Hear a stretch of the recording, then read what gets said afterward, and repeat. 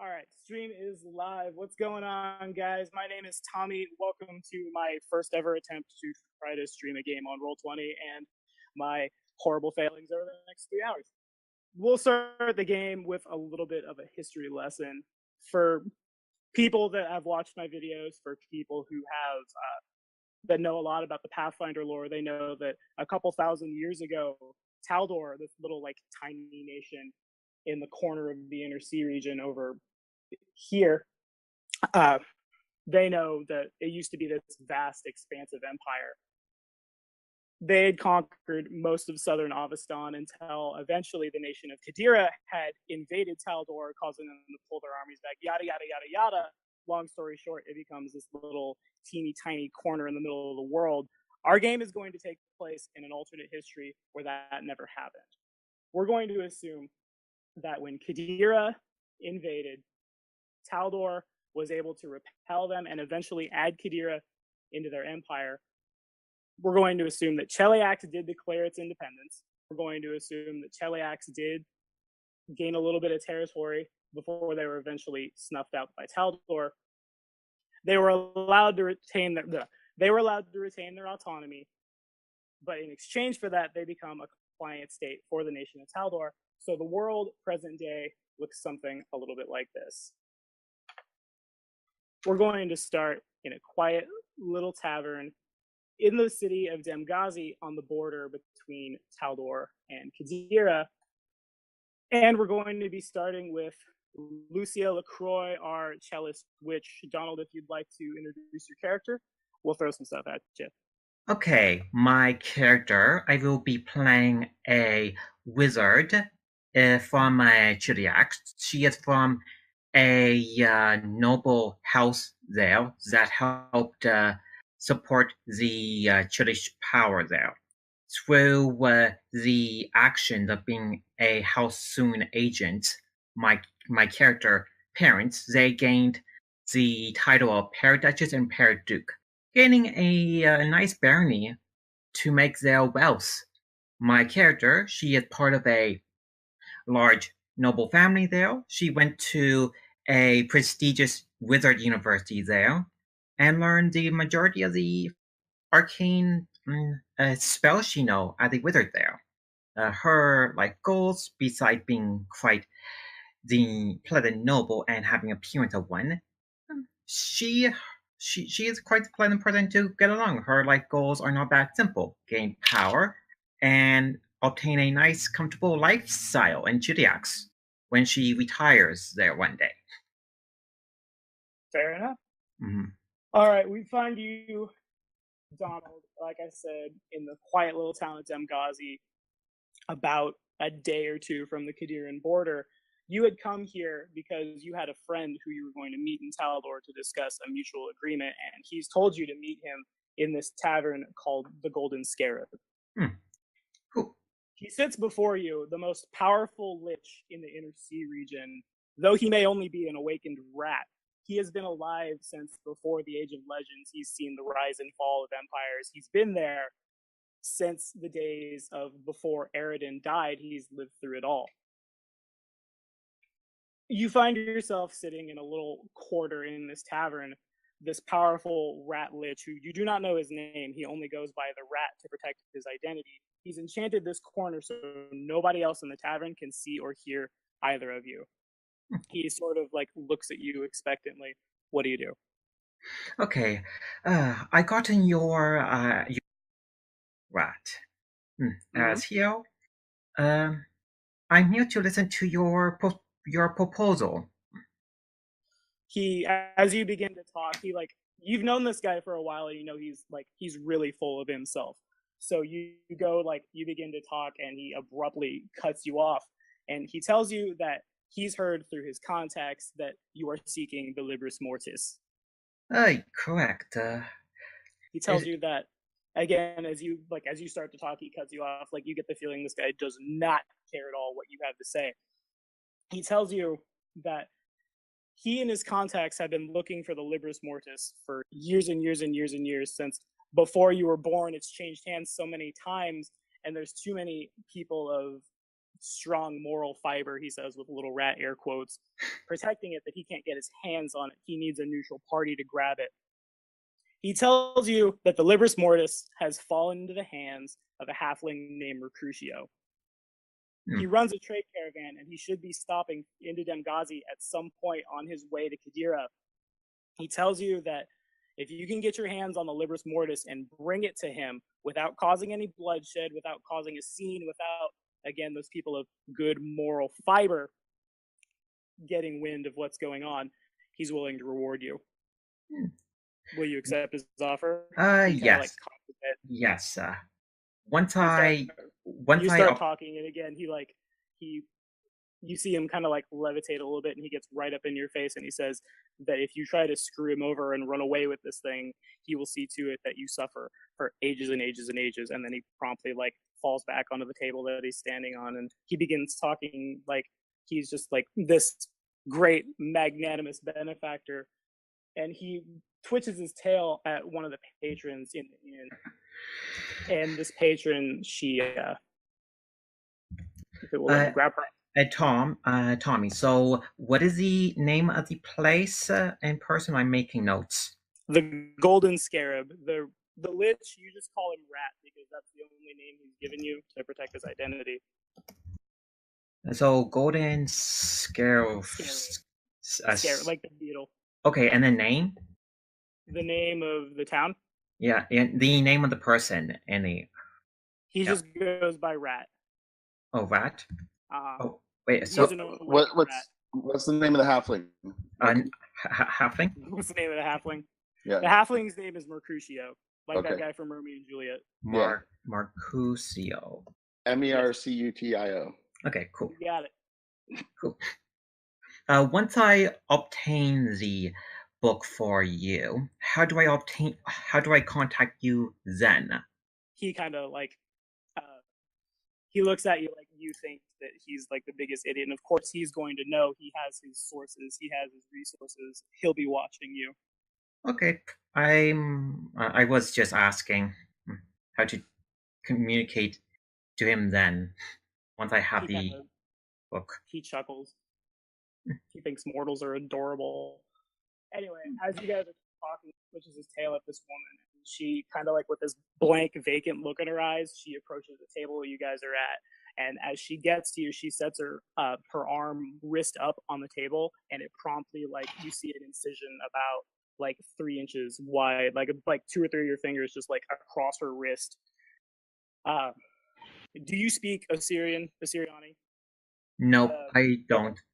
Well, you probably recognize that he begins incanting in that language, and as he does so, the blood begins to like rise from this woman, and it like a little chain connects between the wound and like your chest. And he tells you that for willingness to help him, he's willing to help you. He slaps his tail on the ground, and this woman disappears. You assume she's been sent to some extraplanar pocket somewhere. He tells you that you can use her strength for your strength, and in times when you might not be feeling very strong, you can call upon this link to get you through. Mechanically, for making a backstory, Donald, you may treat your strength score as 4 points higher for the purposes of the spell Blood Money. Okay, cool. So Blood Money, so it's a strength plus 4 modifier for use. Okay. Yeah, you have essentially your strength is 4 higher than what it reads on the sheet. Okay, cool. So it's like 16. That's pretty cool. You got it. Anyway, the rat, he falls off the table, and as he does so, you hear him incanting again, and as he scurries away, he looks like nothing more than like this. Before he looked like a lich, like he's undead, like his skin is sunken in and all this. By the time he hits the floor, he looks like just a basic run-of-the-mill rat, and he disappears. What do you do? Let's see. So I have gotten additional power temporarily. Gotten a mission. The letter that I gotten, does it tell me anything else besides a meetup? Do I need to meet anyone in the region? Not that you're aware of. You know that a halfling named Mercutio is going to be bringing a trade caravan to this region at some point. That's all you know. Okay, so I would probably ask around what do I learn about him or about the halfling? Can you make that in the form of a check? Sure. So let's see. It would be knowledge. It would be like knowledge. Let's see. To know about him, that would be knowledge local then. Or yeah, that's fine. So 20. Yeah, that's pretty solid. Okay. You've heard the name Mercutio before. You know that he doesn't run like the most lucrative trade caravan in the Inner Sea, or the most lucrative trade caravan even in Taldor by a long shot. But you know that he makes trips all over Galerion. He's known for traveling in like, it almost looks like it's gnomish, the level that his like trade cart is enchanted, and how it like essentially will go from like crappy little cart to like fancy trade, like think like a food truck kind of thing. Just like in the blink of an eye, it's carried by, he calls the dog Stavian, named after the Emperor of Taldor, and it's, the dog is bigger than most houses, but it has a reputation for being like the most cowardly monster in the region, even though, like I said again, like if it wanted to reach down and just bite you and eat you for breakfast, it could easily do so. We're talking like Clifford the Big Red Dog size. You don't know anything about like if he can defend himself or his like past history of anything before he became a merchant, though. Okay, so do I know what social circles he like to go about? Well, he's a halfling, and pretty much everywhere in the Empire, halflings are kind of looked down on, especially like in Cheliax, where you're from. Slavery, by and large, in Taldor, it's like nobody's going to arrest you for it, but it's people look down their noses at it. In Cheliax, like the Emperor doesn't care what Cheliax does in Cheliax, and so like Lucia has probably seen plenty of halfling slaves in her time. Yeah, probably. As far as like circles he would run in, it'd be like, you know, around like 20 years ago, the province of the province of Andrin tried to rebel, and Cheliax crushed it and absorbed it into its under its sphere of influence in an event that's being called the Eagle's Folly. Ever since then, like there were a lot of halflings involved in that. An organization called the Eagle Knights was founded and basically obliterated. It's not like outside of the realm of possibility that he might be affiliated with the Eagle Knights, but that also might be like jumping to conclusions because of his race. Eagle Knights were halfling? Eagle Knights. Not entirely, but there were halflings in the Eagle Knights because halflings have been so downtrodden throughout the years. Right. Let's see. Using my character knowledge, what else would I be able to think of that may be quite useful to track him down? Besides, the only other thing you can really think of is that he's probably going to be pretty standoffish to someone of the Chelish nobility. Okay. But let's jump over to Van playing Pogue Mahone. Would you introduce yourself, please, Van? Hi, I am Van, and I am playing Pogue Mahone, who is a halfling. Coincidentally enough, it appears, and he is a male courtesan by profession, and caters to the humans that like children, and I will just kind of leave it at that. Yeah. Takes his profession very seriously, but it is pretty androgynous. But he is also very much on the lucky side, and he is has a way with sneak attacks and theft and stealth and that kind of thing. So classic rogue. Yeah. Fair enough. All right. Pogue finds himself. You're also in the city of Demgazi, and you've been sent here by an agent of what's being called the Eagle's Feather, which is just like a little splinter cell of what remains of the Eagle Knights. Very few people know about them. it's a very like hush hush thing, because if like the Hell Knights and Cheliax or the like Taldor military figured out, they just crush them. Your Okay. liaison between the Eagle's Feather is this little wasp that's been following you around. Nice. Like it's never like too far. It's not doing like inconspicuous non-wasp things, but you find like when you think, where is my wasp, it'll fly and like land on your hand. Okay. Listen to like simple things. Essentially, you have a wasp that functions as animal messenger. You and it share a language. Okay.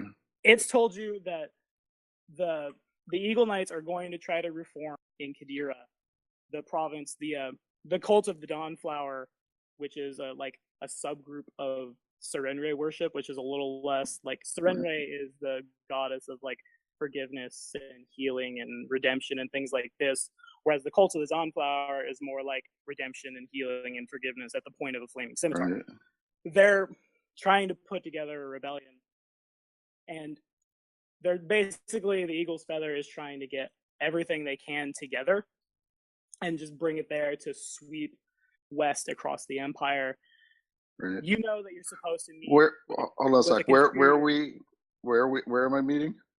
You're meeting. Where's the Eagle? Where are the Eagle Knights reforming in Qadira? That's Qadira, and it's like you're about a day north of where the border used to be before Taldor. Okay.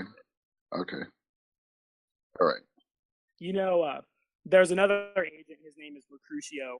He's going to be coming through this town posing as a guy who runs a trade caravan.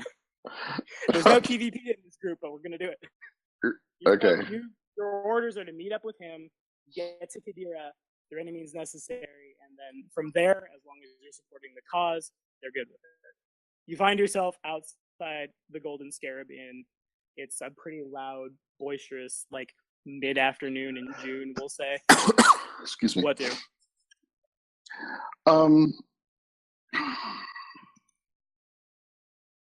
I come in and take a sort of a look around, kind of half seeing what I see in the bar, and maybe any potential customers / information things. Okay. You Sure. know? Sounds like a perception check to me. Yeah. Okay. We're just trying to coax all those nat ones out now. Right. Where is? There it is. It is best to get the natural ones out early before combat starts. Yes. Right. All right. Van, your token should be movable if you want to move it around. Same with the bar.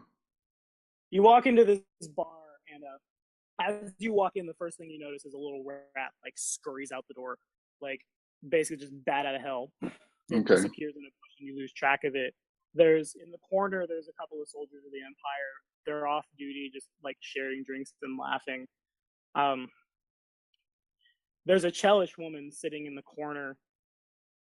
She looks like she's a little more intelligent than everybody else here by more than a little bit. And Donald, I'm correct in thinking that Asmodeus' holy symbol is like brazenly displayed on your character. I would probably have it under my clothing at this point. Fair enough. Okay, no not to raid. Yeah. I have it on my person, but I'm not showing it. Okay, understood. Right. So looking around and seeing the soldiers, first thing I do is I kind of say like, I think maybe a young human girl is in order here, and kind of fluff out my hair a little bit and look kind of, prim and innocent. Yeah, like I'm there to, get a bucket of beer for my dad or something, Sure. Okay.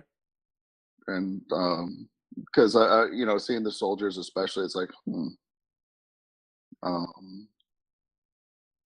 so the only person really of note other than the soldiers is Donald's character. Everybody else is just kind of like Lucia. Villagers.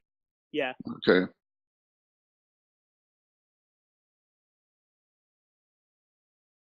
I assume that talking to the bartender, I would probably find out, if I were to ask about Mercutio, that maybe she knows him, maybe she doesn't, maybe he's on his way.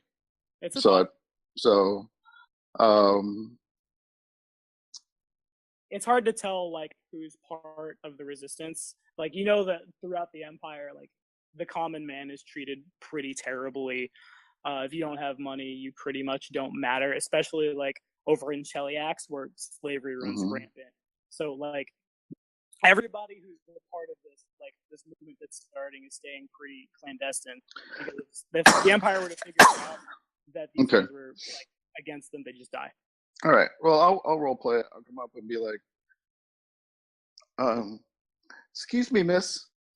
I'm my dad sent me on an errand. He says that there's a merchant coming to town with the package for him, and that that I should find out when he's coming. Do you know anything about him? His name's Mercudio. Mercudio. You know him? Okay. Can you make some kind of check to like, because you're like masquerading as a child? I don't know if that's a bluff check or a profession. Well, it's a bluff check at this point. So right, and I've got the feat for it too. Sweet. So let me. Donald, if you want to like pitch in, like you're here too. That we're not on like a tracked initiative. I'm just bringing. Oh, okay. I would probably at this point be at the bar talking to the bartender, getting this information. So can you type in the NPC name so I can write down properly? Okay. She hasn't introduced herself as far as you know. She's just a human bartender. Right. So wait, I gotta. So skills. It's a bluff. Yeah. And then I think. Where's my Sorry, I'm still learning how this character sheet works. Yeah, I hate the character sheet in Roll20 so much. If I was a player, I'd just be rolling dice and taking pictures. Right, so somewhere there's my abilities. That's where it is, and my feats. So I can take 10 on bluff. Right. So that gives me a 19. Okay. The woman, like, she kind of like cocks her eyebrow at you as you start. She says she has no idea what you're talking about, but make a sense motive check. Okay. That's another skill. Yes, it is. Yeah. You get the feeling that she's not divulging any more information because the Chelish woman is sitting right next to you. Oh, okay. So one thing I missed in your back thing, is there some kind of sign, countersign or something for this? Not really. Okay. It's like the Hell Knights, Cheliax is like their formal military. They're really good at like weeding this stuff out, and it's all very like we're talking caterpillar stages of a revolution. Okay. There's no real like everybody's trying to organize in Qadira, basically. Anybody who's willing to fight. Right, but like nobody's walking around going do do do do. Right. Yeah, no. Okay. So I say, oh, okay, well thank you, miss. I guess I'll be back to see. And then I turn to Lucia and I say, oh, well, hello. You look a little out of place here. Are you a traveler? Yes. Do you have knowledge nobility as a class skill, Van? You do, don't you?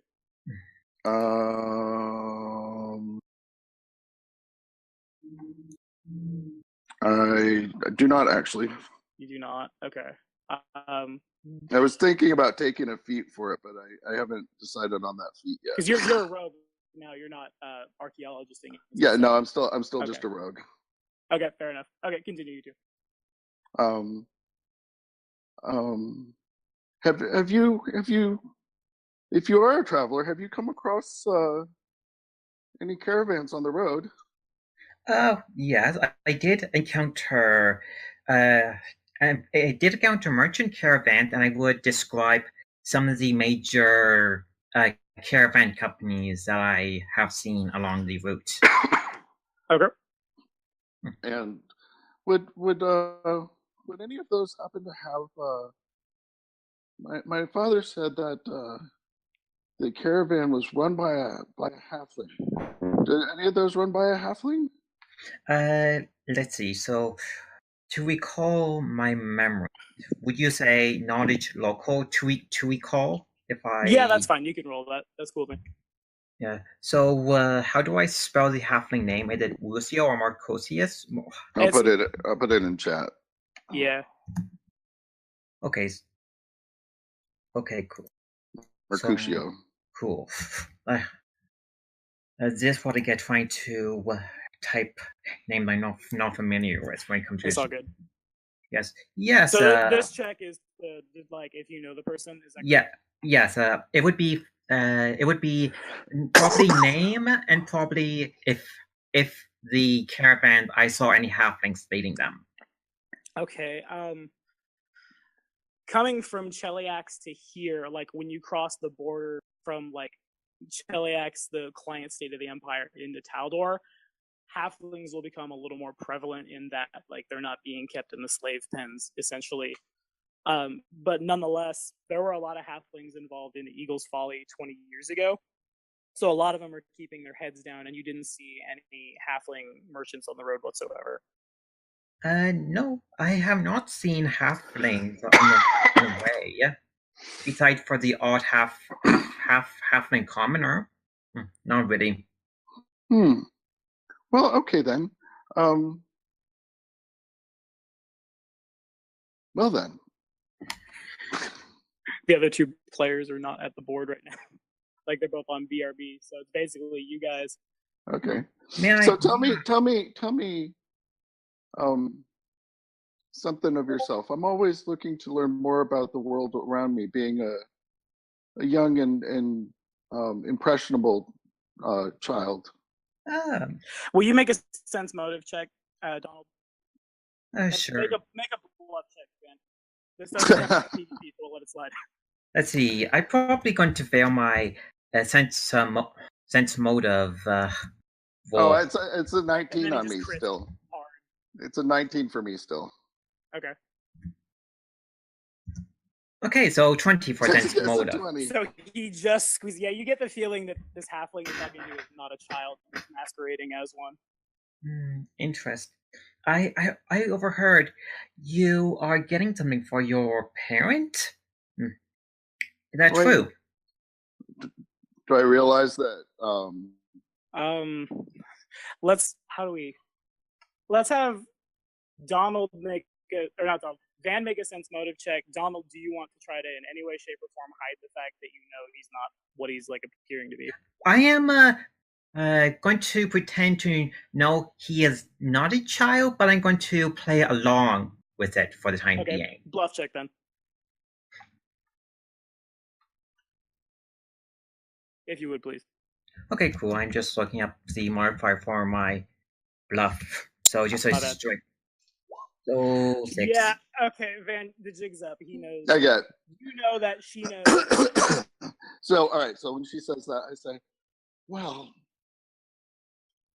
because my halfling voice doesn't get any lower when the jig is up anyway. I say, well, between you and me, I'm as I guess you've sensed, I'm really here posing as a human child because halflings don't really get much freedom, and somebody sees a loose halfling around and they're like, I'm gonna make him mine. Halfling. Yes, a loose halfling, so to speak. Actually, the way that I've been making my way across the countryside and finding a living has been catering to humans, primarily to humans with interesting tastes in younger children that would otherwise be illegal. And so you understand, I don't really advertise being a halfling. Makes sense as a practical tactic. But I should tell you now, my fancy don't go in that area. Good to know. So let's bring in player 3 here at this time. Joe, if you would introduce what you're playing, we'll bring you if you're with us. Yeah, I am here. Okay, sweet. Okay. Hey, Floor is yours, dude. Floor is mine. Yep.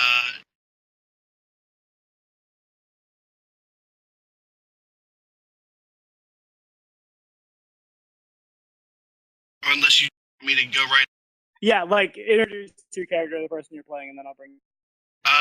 Well, I'm playing Erling Masson.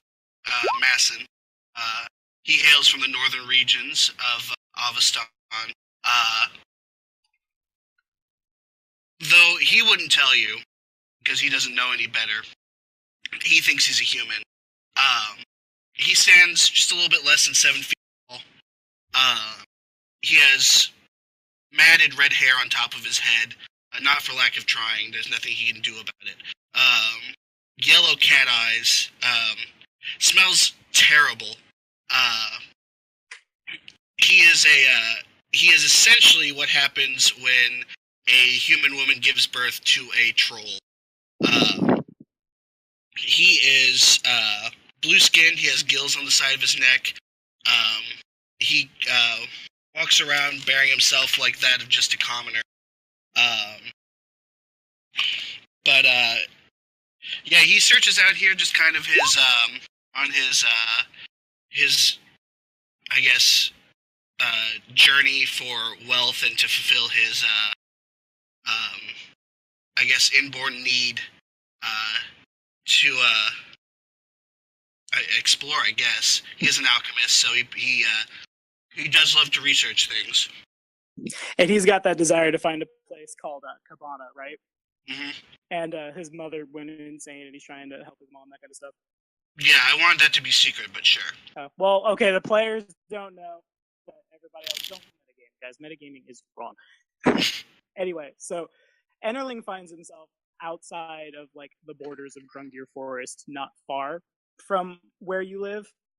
He's been drawn out here by a couple of sprites. It's not uncommon living this close to like the realm of the Fae for these little tricksters to do this, but they've been like kind of pulling you around saying that they know how to get to Cabana, and they know like it's kind of sensitive for you, and they've just been kind of like teasing you about it, and you've like the last straw has broken, and you've chased them out into Grungir Forest. Okay. What do?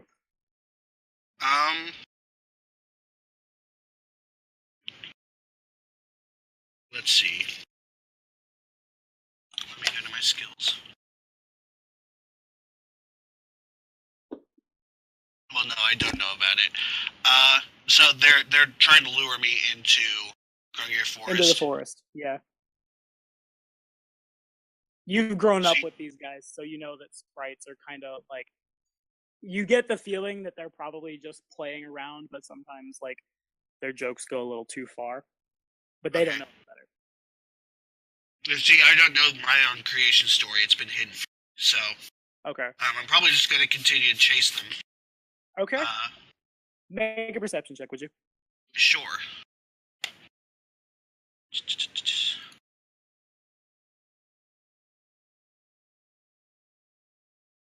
Oh shit! I crit. Is that? Did you just crit? You crit, didn't you? Yeah. Yep. All right. Sure. Okay. So you turn a corner, and when you turn a corner, like falling out of a tree, well, not falling, like jumping out of a tree, there is a man. Do you have knowledge nature? You have knowledge nature, don't you? Mm-hmm. Mm-hmm. Can you roll that as well? Yeah.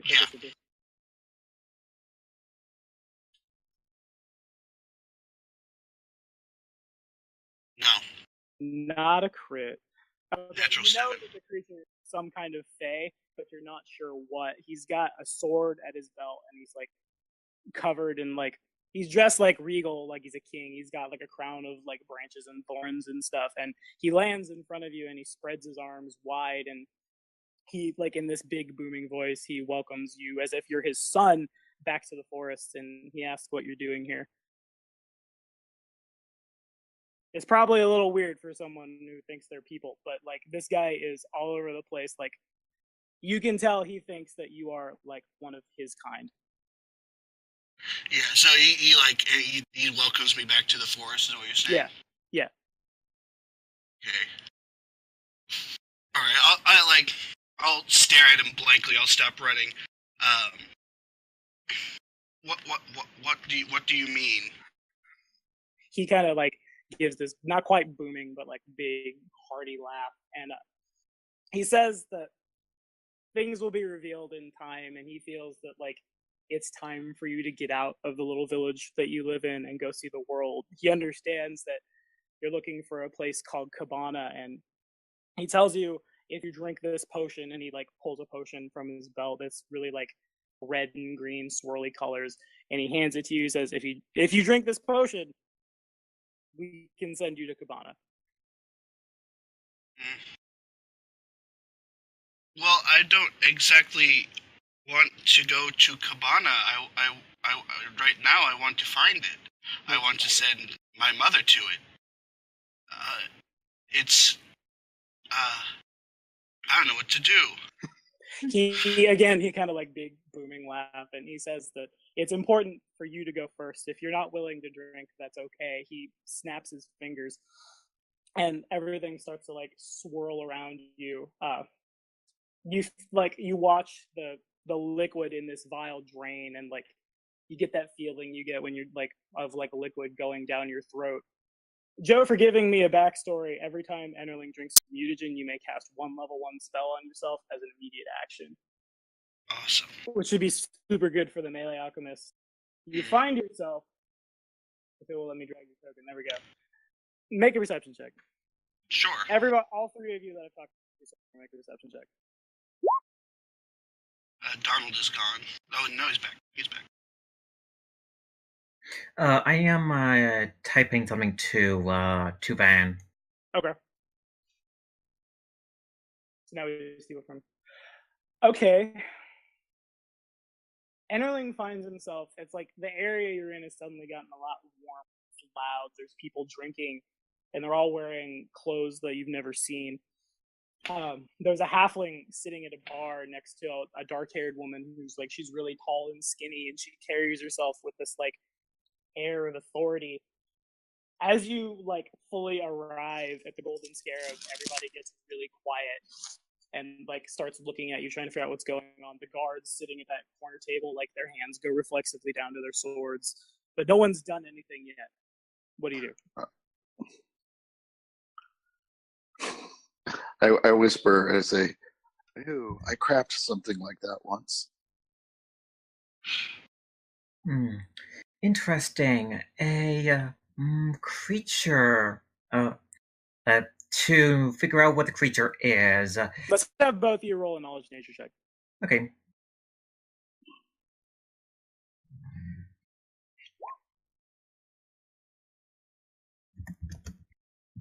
I don't want to use up all my high rolls though either. 17 for nature. 17. So 20. Untrained, you can just get the like passing knowledge. He looks, the person that has appeared in the bar like a scrag, which is like it's like a troll, but they live in water. They can swim. They regenerate if they're in water, and like if you were to reduce this guy down to like hair and throw that hair into the water, eventually it would, over the course of a long period of time, he would regenerate. Donald, trained in the check, he recognized that this is the unfortunate happening, like what happens when a scrag and a human made this person as a half troll.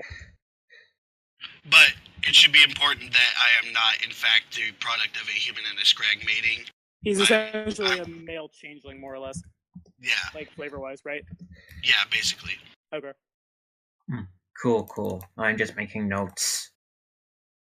So what do, Joe? I'm gonna roll a perform check. Oh my god, I had 20. God damn it. I'm gonna start clapping and singing a drinking song in Ulfin.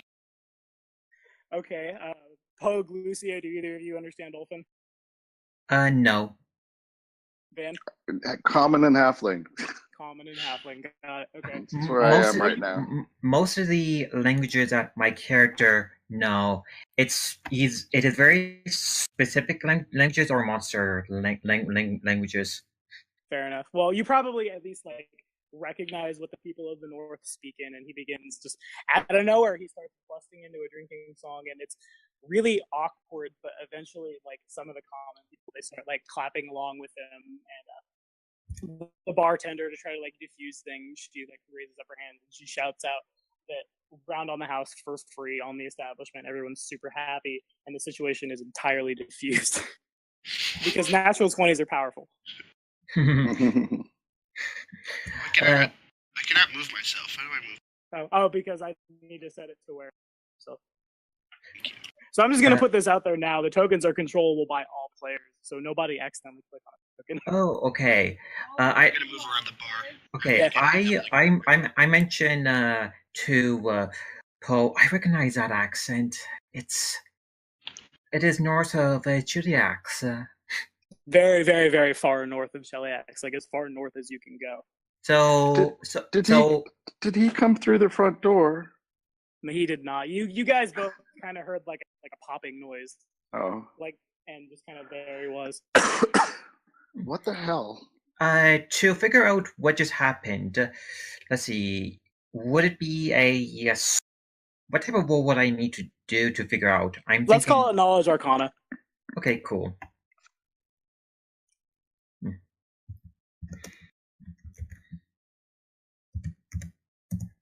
Okay, so 25. Okay, Arcana. yeah, you get the feeling that something teleported this man here. I do not know how he came here exactly, but it is of supernatural origin for sure.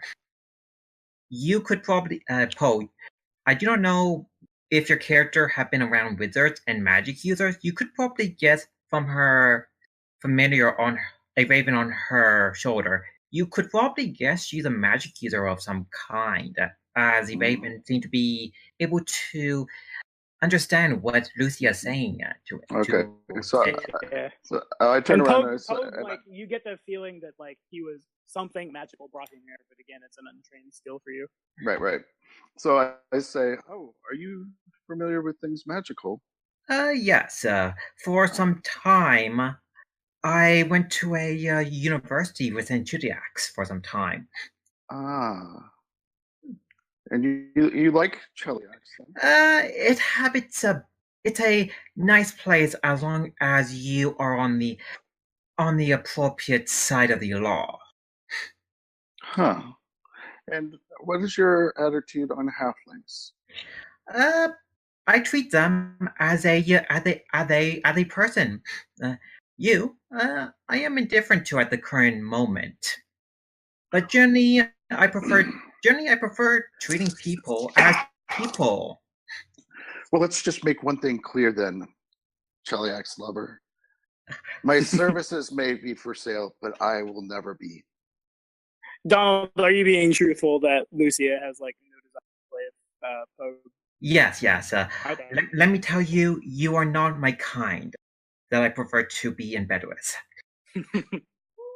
Good. And as long as I'm not the kind that you'd like to own either. As much as slavery is a thing, there are other ways to get people underneath your heel that are not in chains. Okay. This is quite true. So amidst all this, if we're ready for player 4, we're sharing a mic, so it's kind of awkward because my Discord foo is terrible. Sarah, would you like to introduce your character? Hi. Okay. My character is Papa Emeritus. Like the singer from Ghost. He's an oracle of Asmodeus from Cheliax.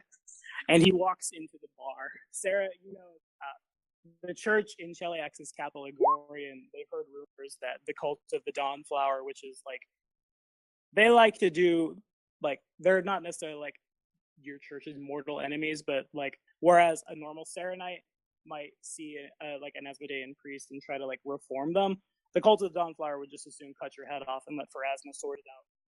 The church has sent you to here on the Qadiran border with a directive of you need to cross the border into Qadira, find the cult of the Dawnflower, and eradicate any hopes of rebellion that these people might have. Everybody who's already on the board, make a perception check.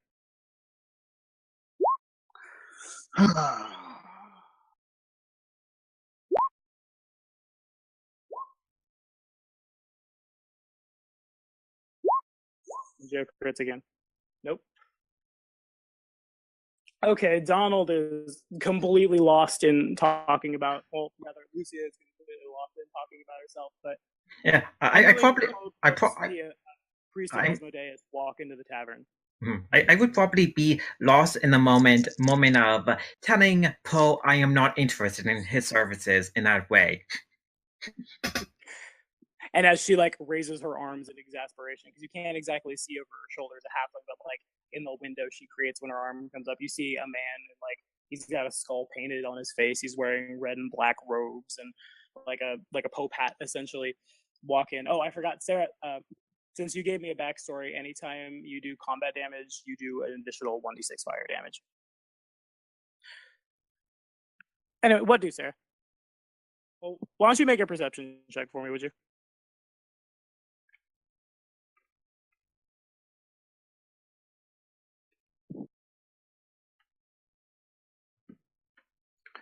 By Callistria, I mutter. Oh, yeah.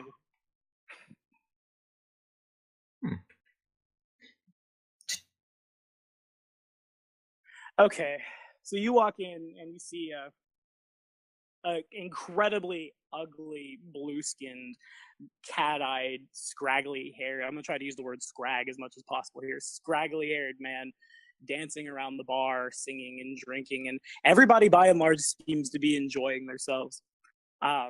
There's a woman who looks out of place at the bar, sitting next to a halfling. She's taller. A child. Oh, a yeah. human child. Make a sense motive check. Well, not from there. You're not close enough. As far as you know, it's just a human people child. But the taller woman is wearing the red and black combat robes of a Chelish wizard. Your character would, if your character have dealt with a Chelish wizards already, you would, which you probably have.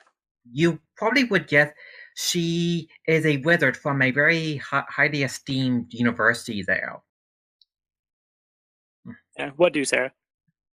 Did you want me to roll a sense motive check? No, not yet.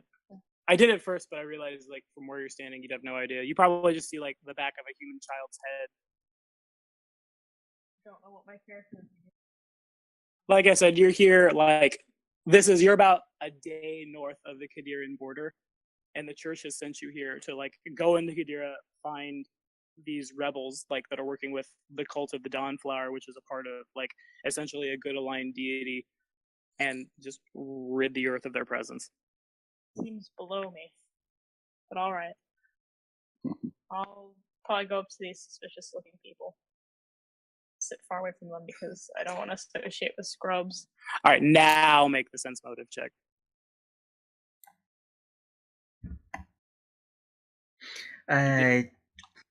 Tommy. Let's get another bluff check from Pogue if Pogue would.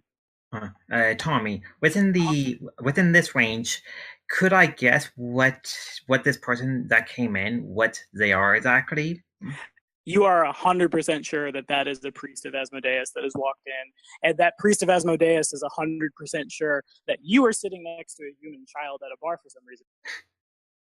And Nerling continues to dance about the place. Weird. All right. I'm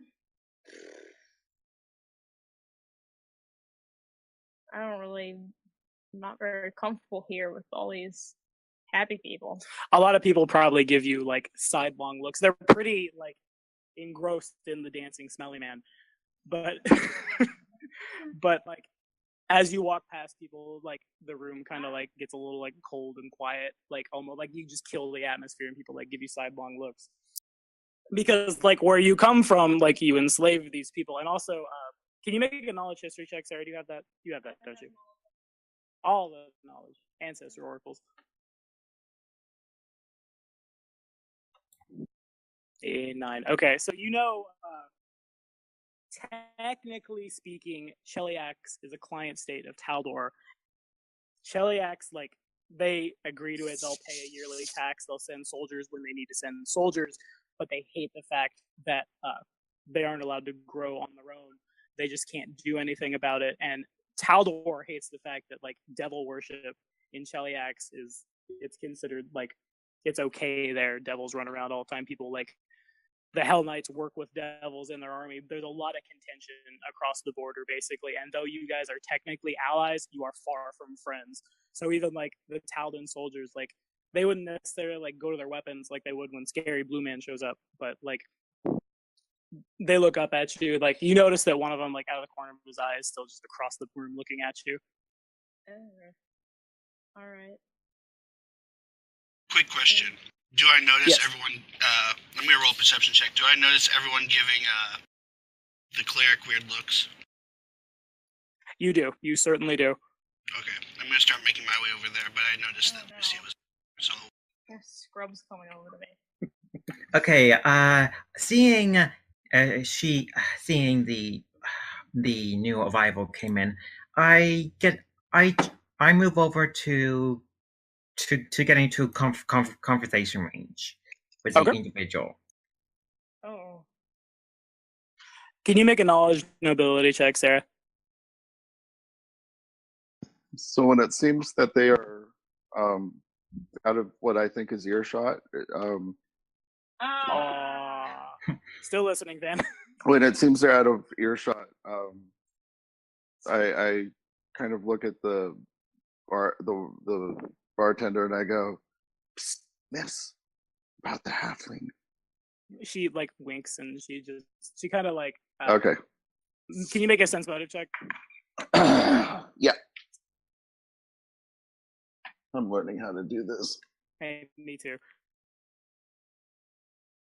You get the feeling she like she begins making like she puts her index finger and her middle finger on the bar and like a person walking across the bar essentially, and like you get the feeling she's telling you to just wait, they'll show up eventually. She like she knows who you're waiting for. She sympathizes. Now, Sarah nat ones on a knowledge blow. This check was to see if you determined whether or not, like, if you knew that Donald's character is a member of House LaCroix. You nat one, and so yes, you are 100% sure that's a member of House LaCroix. And you see a necklace like hanging around her neck and like tucked under her shirt, and you see like the wind picks up, I guess, and like the points of the star like interact with her shirt in such a way that like you get the feeling that this person worships the same god you do, but is hiding it.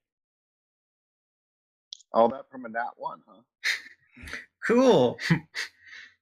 All I can think is like wind blowing and cleavage coming out. There's probably a little bit of that too, but we're not going to get that weird. Now my character would be wearing a wizard robe, so all of the appropriate stuff under there would be not.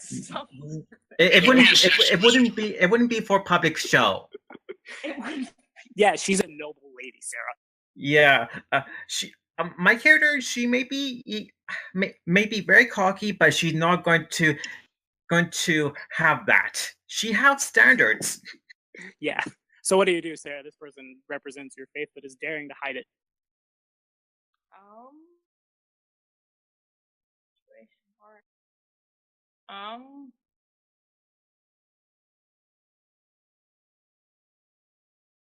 You see Donald, the priest is giving you like sidelong looks, like they're contemplating what they realize that you're from Cheliax, and you get the feeling that this priest realizes that you're like hiding your affiliation with Asmodeus, and they're contemplating what they should do about it. Oh, wait. I think I at least recognize the party that you represent. Are you not a priest? And then I would assume your character probably know Infernal as well. And I just say a quick word and Infernal in earshot to you to say, I know who you are, at least for a party, at least faction that you represent. You definitely understand Infernal, Sarah. Okay. Yeah. It would just be a quick phrase and nothing big, just kind of like hail Asmodeus and Infernal real quick. Yeah, it probably would be a common greeting from one Asmodean to another. Okay, sure. Mm-hmm. I'll say it back.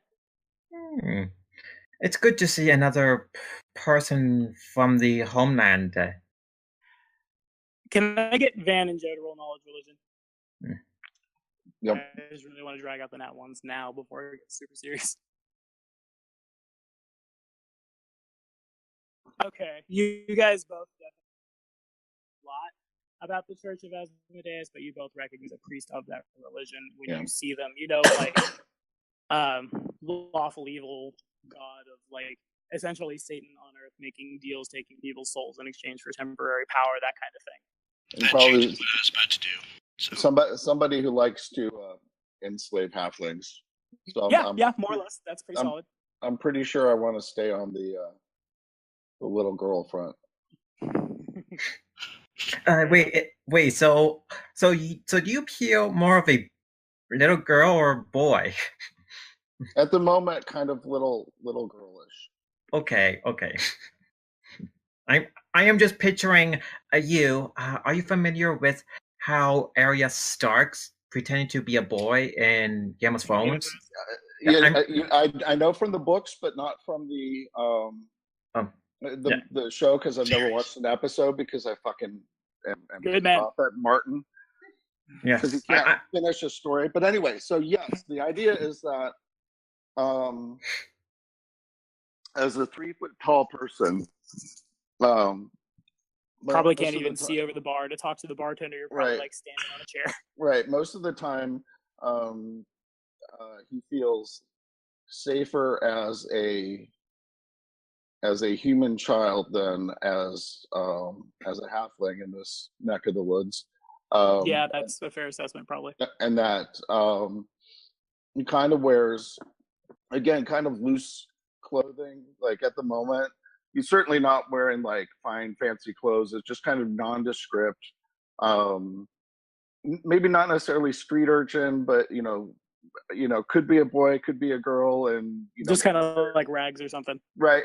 Yeah, like hand-me-down clothes. Okay, so they're sure. kind of right. So ratty ass hat or whatever. So depending on the situation, he might pull his hair back into a pony or sort of slick it back under the hat to look more like a boy, and walk a little differently, or he might swagger his hips a little bit and kind of flip his hair out and pout, pinch his cheeks a little to.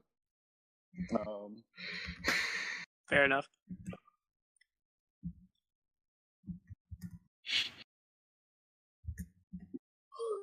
So yeah, right now it's got the little girl thing. Can he look at Lucia and kind of look at her like, me and like I'm watching you and sort of a. Okay. And under your breath, you hear me speak in halfling. Don't worry, your secret is safe with me. And you're telling the truth, right? Yes. Okay. I narrow my eyes at her, but like we'll see. Okay. All right. So everybody make a perception check.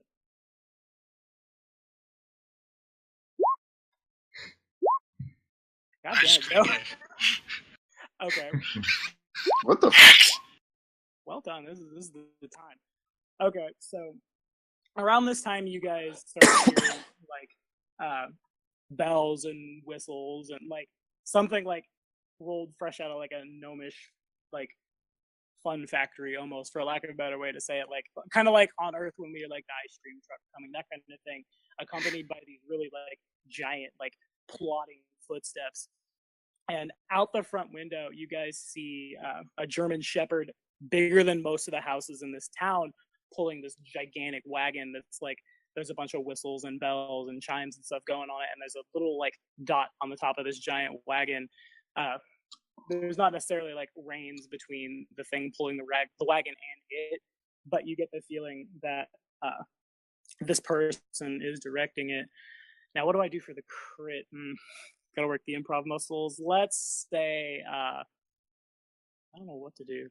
So how much of an idea do I have? Find that table next to where you're standing, you find a pouch that has like 500 gold in it, we'll say. Nice. Wow. What were you saying, Dan? So what's the probability that I know who this is? A good guess. The cart comes to a stop near the tavern where you guys are, and in walks this. Well, but before he even does that, I want to know if I can suspect fairly that this might be. But that's your man. That's my man. I send the wasp off. Okay. That there are Asmodean agents in the tavern. Okay. You can probably figure it out. And Okay. everybody sees, like, out of nowhere, everybody who's not Vance sees, like, there's a little wasp buzzing around the bar, and it lands not necessarily on top of Pogue, but, like, on the bar near her, and, like, you see, well, yeah, everybody sees her, like, look at the wasp, and then the wasp takes off out the front door. And I go, shoot, shoot, shoot. Like, away. Shortly thereafter, this, like, upper middle-aged man walks in. He's a halfling. You can tell, like, in both the hair on his head and the hair on his feet, he's completely let himself go. It's, like, growing out sideways, both on his head and on his feet. Like, probably, like, normally, like, for a halfling, they're super hairy, but this guy, like, almost like Wayne Static or, like, Paul from Tekken. His hair just, like, off to the side. Austin He's Powers. dressed in these really, like the finest clothes you've ever seen on somebody of his race, given the, like, the setting. He's carrying a sling staff, and he's kind of, like, half leaning on it, half using it, like, to, like, address the crowd. And he walks in, and he begins just voicing that, like, he'll buy everybody's rounds for the rest of the night, courtesy of his caravan. And if anybody would like to see him about buying whatever curiosity and knickknack they might find throughout all of Galarion, they need look no farther than the Mercutio Trading Enterprise. And as he says that, there's this big, like, woo noise as his dog outside of the tavern barks, and, like, glasses shake, the walls shake. The man approaches the bar. Are we in open initiative? Yes. Anybody can stand in whenever. I was gonna intercept him and give him a what? Give him a hug. Give him a hug. Yeah. Okay. Yeah. Sure. He says kind of he's like buying everyone alcohol. How very kind of him. How very kind of him, indeed.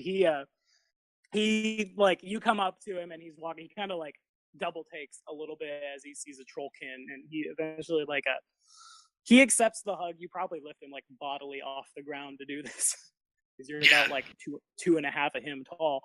He kind of flails his arms around a little bit and kind of like, he's playing it off like this is great and he's so happy to see you. And he as you set him down, he continues limping to the bar. He kind of like, he's carrying himself a little bit more of a limp now, and he points to the bartender and asks if she would get something extra strong for his elfin friend back there. Okay, so I've never seen a hug before. I probably glare at it disgustedly. He he looks at you and he kind of like he kind of just like waves his, like, arm dismissively at you and goes back to, like, this bartender's pulling out, like, all the super best alcohol that she's got hidden. I'm not necessarily gonna move every token in the tavern, but everybody just comes up, and, like, the mood had shifted super good because a crit that was supposed to happen to, like, super good. Tommy. So while he does that, I say, I look at him, I like, oh, you must be the man with my dad's package, my father's package, like, in sort of a big loud stage voice. Go ahead, Donald. Sorry. Like, not trying to fool him at all, right? Like, just sure. What type of wagon is outside exactly? I am just thinking if it's probably one door, it probably can get in, but how busy is the street outside? The street outside, it was not like, this is a pretty, like, one horse town, so it wasn't super busy, and now it's even less so because as you look outside, like, this dog pulling from the car than most of the houses. It's like I said, like Clifford the big red dog on a German Shepherd. Essentially, it's kind of like it lays on the ground, like, with its head on its paws, not caring about the world around it. Okay. But you see, like, the occasional person walk by and give the dog an incredibly wide berth. Okay, I would have my bird go outside to check the wagon to see what possible ways to get inside. Okay. And then my Raven off for the time being. Sure. Okay. Hmm. I don't. Do you have a, like, character sheet for your Raven? Yes, I do.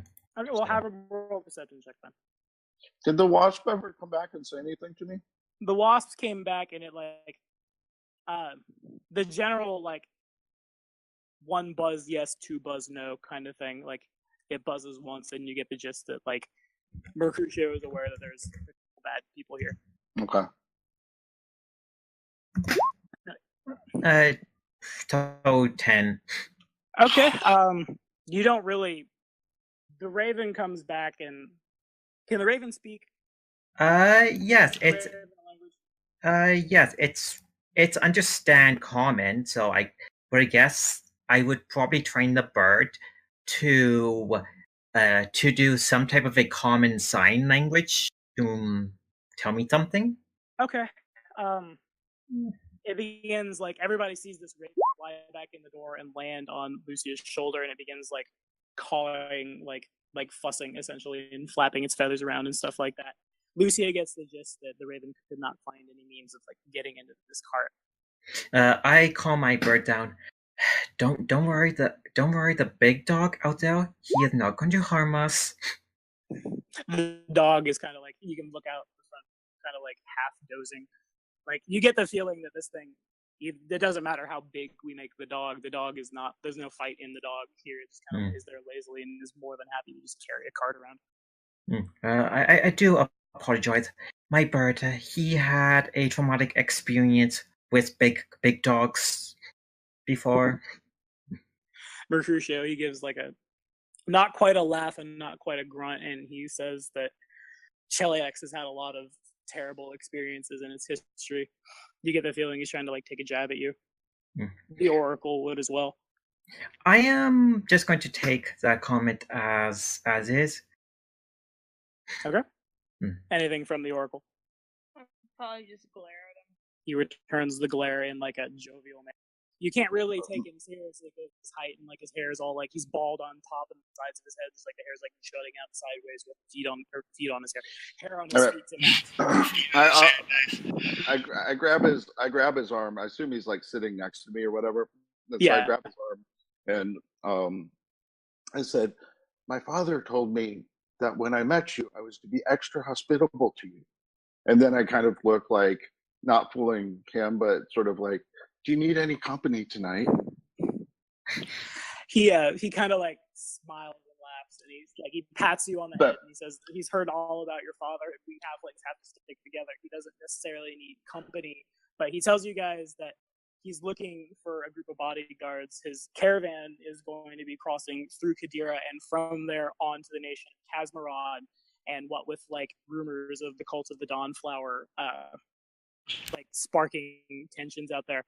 He's looking for all the extra muscle he can find because his dog Stavian, and as he like brings up Stavian, his voice gets kind of like a little bit of disdain in it as he remarks that his dog is good for nothing in combat.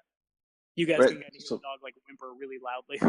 Right, like So just to make sure I understood my notes correctly, Cult of the Dawnflower is in league with you guys, yeah, with the Eagle Knights, the Eagle Feather, and is against Asmodeus. Correct. So he's saying he's looking for guards because the Cult of the Dawnflower is stirring up trouble. Yeah, and he doesn't want like anything to happen to his goods. He begins to tell you that he's carrying like fur rugs from the lands of the Lenormand kings, enchanted dolls from Irison, tea from Ling Shen, which is all the way across the planet. Well, surely the Cult of the Dawnflower wouldn't harass such a fine, upstanding merchant as yourself, would they? He's kind of like grunts, "Hey, you never know." He goes on to say that like, he doesn't know how to fight, and maybe Joe Pesci the halfling, yes. And he goes on to say that like he just doesn't want any trouble, and he knows how like in wartime, people can forget their allegiances, and like anybody can catch an arrow, basically. He goes on to say that if you guys are willing to follow him at least through Qadira, he's more than willing to make you guys incredibly, insanely rich. He's got like, he tells you he's got all this gold to throw around, and everybody believes him because like you look out and you see this. He's not like just basic wagon. It's this super souped up gnome-mobile, I guess is the best way to say it. You get the feeling that he doesn't even need the dog to pull it necessarily. The job. So we are to be bodyguards. Nothing else? Nothing else at all. We don't. Well, he begins to talk to you, and he looks over and he double takes, and at the top of his voice, he shouts out that, "Hey, you're from House McCroy!" And he like he looks back at the halfling, and he kind of like under his breath, he asks if they're gonna give him any trouble. Say, she seems the lady seems neutral, disinterested, but that one on the end, I think is ready to eat me, and not in a fun way. The one on the end, the troll, or the one on the end, the cleric? The cleric. Sarah? The cleric. Yeah. I think I'd go so far as to eat you. But at least to barbecue me on a steak or something. Perhaps. She does not look like a follower of Calistria. Yeah, no, not by a long shot. For my part, Mercutio leans over. Oh, go ahead, Joe. For my part, when he says he's going to make us rich, I'm going to put my hand on his back and say that I would gladly take the chance to be as rich as Nord. And tell him that he has my vote already. Yeah. Okay. He kind of like, he's not necessarily uncomfortable, but he kind of like, your hand's probably about as big as like most of his back. So he kind of like, you put your hand on him, he kind of like gets pushed down a little bit. He slides down from under it, and he like pats you gently on the like knee, I suppose, for a 7-foot guy, or like your thigh somewhere, and just, good to know, buddy. And he leans down the bar and says that he's willing to even take someone who worships Asmodeus. For all he knows, that might scare the cult of the Dawnflower away. Probably would. Okay, so let's have let's start with Donald. Donald, make a perception check, would you? Okay, and 18 perception. Okay, like you know that this Mercutio is the Mercutio that like this guy is carrying the Libris Mortis according to Rat. You don't see it, like he's not necessarily I have a book of Legacy in his hand, but like you are 100% sure that this guy is carrying what you need. Okay, my character will most likely accept this job as it will get her access to the books somehow. The job. Mercutio is super jovial about this. He pulls out of his like a sack he's carrying, kind of like Santa Claus style. He pulls out a little porcelain doll wearing like a little blue dress, like what they wear in Irison. He sets it on the table. And does anybody speak Hallett? Probably not. No. Nope. Okay, it begins. The language that they speak in Irison is pouting off. Then its eyes light up, and it begins walking around and just like saying the same phrases over and over again in Hallett. And Mercutio like slaps the doll, and it falls to the table and ceases talking. Do I know that this is from Irison? Yeah, you're pretty sure. Okay, I'm gonna attack it. Okay, sure. Sounds like an attack roll. Yeah. I'm gonna bite it and just like bite like half of it. Okay. Mm-hmm. I would probably tell our friend, our obvious Asmodeus. Oh wait. 1 second. No, sorry, I just realized I had my buffs on by accident. Okay. 1 second. Wait, so the character Papa, her outfit, is it a obvious, I am a priest of Asmodeus outfit? That's correct, right? Sarah, you're broadcasting pretty hard. Yeah. Okay, let's see.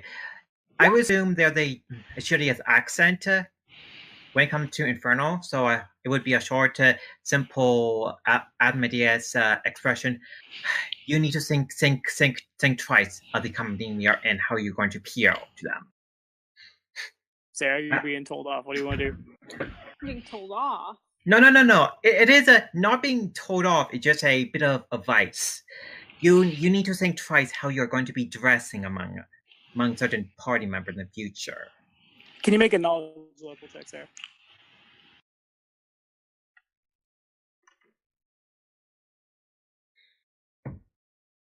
Meanwhile, as the troll bites a doll. Yeah. The doll is shattered into a million pieces all over the place. Mercutio kind of like he laughs it off, sweeps the pieces back into his pack, and he looks at you and he apologizes for bringing like something of the nation of your enemy into this place. He wasn't thinking. Please forgive him all of this. Sarah, you have no reason to think at all like why wouldn't you dress this way? You worship Asmodeus. You are one of his priests. You are just being yourself. Why is that a problem? Okay.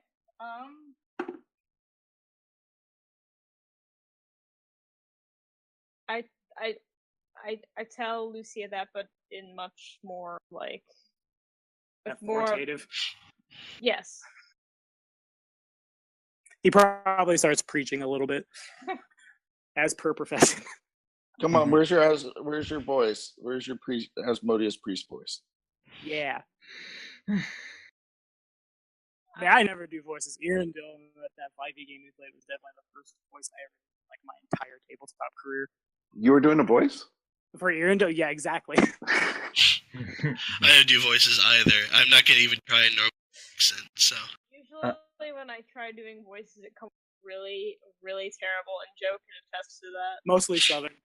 It always just goes straight to like some weird Southern fried gross that. Like your classic priest in Asmodeus. Oh yeah. There you go, like a total. The devil went down to Georgia. Total Southern evangelist. That would be awesome. Awesome. No. Do it. Oh. I had originally thought I was going to do Danny DeVito for Mercutio, but I would just butcher it and it would be terrible. Yeah. So my NPCs will speak in the third person, and I think that's totally fine. But enough table talk. Okay, so Papa does a very preachy Southern Baptist voice. Okay. More or less.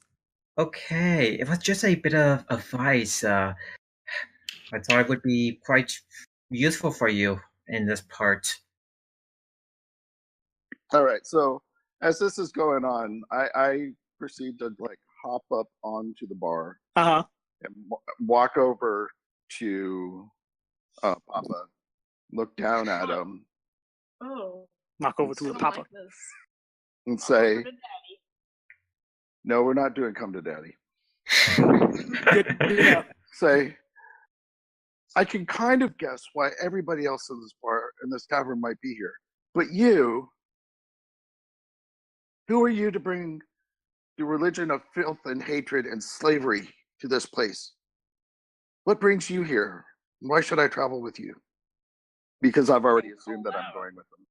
Yeah. This is what happens when you play a lawfully evil Oracle of Asmodeus with the good characters. Especially one that's wearing like the full robes and corpse paint and stuff. I am at least trying to hide my character origin a bit. Black and red robe, being a wizard from there. I could just say, oh, I'm a wizard that is a conjurer type of wizard. Most people will probably see a Cheliax wizard, but they wouldn't, like, if you're not broadcasting it, they wouldn't go any farther. So my attitude has gone now from innocent, naive child to sassy child of the human child of the world. Fair enough. The Oracle gives no response. No. I'd probably stand up and just say like, "Who are you to judge me? How?" Just leave it at that. Who are you to judge me? In this big booming, not Southern accent voice. You probably catch some of the attention of people in the room. And so I look over at Mercutio and I'm like, what do you think? He kind of shrugs his shoulders and he tells you as long as he doesn't cause any trouble, as long as she doesn't cause any trouble looking at Lucia, as long as he looks anything up, and as long as he says that like under his breath a little bit, doesn't cause any problems, we should be just fine. I should tell you, I do keep my word when I say I do something. I think the appropriate phrase is, "My honor is my life." Or what would be? Laughs and he pulls a little scrap of paper out of his pocket and like produces a pen with no ink and begins to feign making a deal, mocking your religion. Anyway, I am. Andrew looks on intrigued. Anyway, so I am just curious. The job Do we need to sign any paperwork, or how are we going to formalize this deal? Mercutio again, like the big, like hearty, especially for one of his size, this huge laugh comes from him, and like again mocking that like the person from Cheliax, of course, needs a contract, has to sign it, and he just kind of like brushes it off, and he says he'll pay you when you get there. He can't fight. He like you saw him like kind of like half like limp, leaning on his sling staff to the bar. He can't take care of himself. Well, he can take care of himself. He can't take care of himself in combat. His dog is like he begins just lamenting how terrible his dog is, and you guys can again hear Stavian begin to whimper outside, and like as he does so, parts of the bar, like glasses on the bar, probably start to shake. People get a little like gaspy. Mercutio tells you as long as you keep him and his caravan safe, as once they get through Qadira, we can talk about something else. Like he tells you from Qadira, he's going on to the nation of Kazmaron, and he's going to basically just run throughout the entire world. Okay. Once you get through Qadira, you can like we can negotiate, and he negotiates like with air quotes really big. Right. Again, mocking the Asmodeans is something else. Okay. So, I'm just double checking because most associates I had talked to, at least in the business field, it is a good idea to formalize any deals, contracts, so there are no misunderstandings. Classic Asmodeus. You know how people, especially certain unlawful people, can easily break contracts. Okay, so what are you saying, Van? I look down at the at the oracle and I say, so what's your attitude on halflings? And then before he even gets a chance to answer, I turn around and I say, maybe you should have an agreement with them. There's no killing or enslaving halflings. You can't trust this. I'm just like ready to. Can't trust this. I'm about ready to kick a drink in Mr. Stoneface. I don't plan on killing or enslaving you. You're pretty useless to me. Are you lying? Why would you? No. Okay. So no killing halflings. No killing. No reason to unless you piss me off. No enslaving halflings. Why is a human child talking about halflings? Oh God! Because we're working. I forgot. Because we're working for a halfling, of course. Bluff check, Van. I don't know why this little girl is getting so pissed off at me. That's a sense motive from Joe and Sarah and Bluff and Van. Yeah. While this is going on, Lucia. Lucia. Oh, never mind. While this is going on, Lucia, have her face in her palm. Really, this is happening. Emeritus and Enderling have no idea they're dealing with a halfling. Mercutio says if you guys want, we can leave for the border now. We won't make it. We'd have to camp somewhere out in the wilderness, but he doesn't have a problem with that. Or if you'd rather stay in town, he can stay in town. All right. So at that point, I kind of turn my back on the oracle, and I kind of saunter away a little, sway to my hips, and I look over to him, and I bend over and look at him. I go, "You're killing me. I just hope they don't." And then jump down. Do I hear it? Do I hear this as well? Oh, sure. I would say it's sort of a stage whisper, so it's meant for you guys to. It breaks the fourth wall very, very hard. You should not fret about me harming anyone who I don't need to harm on the job. I look at it. I was thinking, never mind. Okay. I look at her and go like, "Well, you're okay so far." So far. The only person who realizes that that's a halfling. Yeah. As you guys are talking, Mercutio continues to down like drink after drink, just kind of waiting to see what you guys want to do. Okay. Well, I've had my say, and I trust as much as I'm going to trust, and I'm assuming that he's going to either talk to me or not in his own time, and that's been kind of conveyed by his attitude. Yeah, that's the fair assessment. Okay. Joe, are you trying to say something? Yeah. You guys, Enderling's still very confused as to like why the child is talking about people trying to harm her, and I'm just gonna say, like, as a complete 180 from my usual self, I'm just gonna like yell out, if anyone harms a child, I'm gonna rip him arm from arm.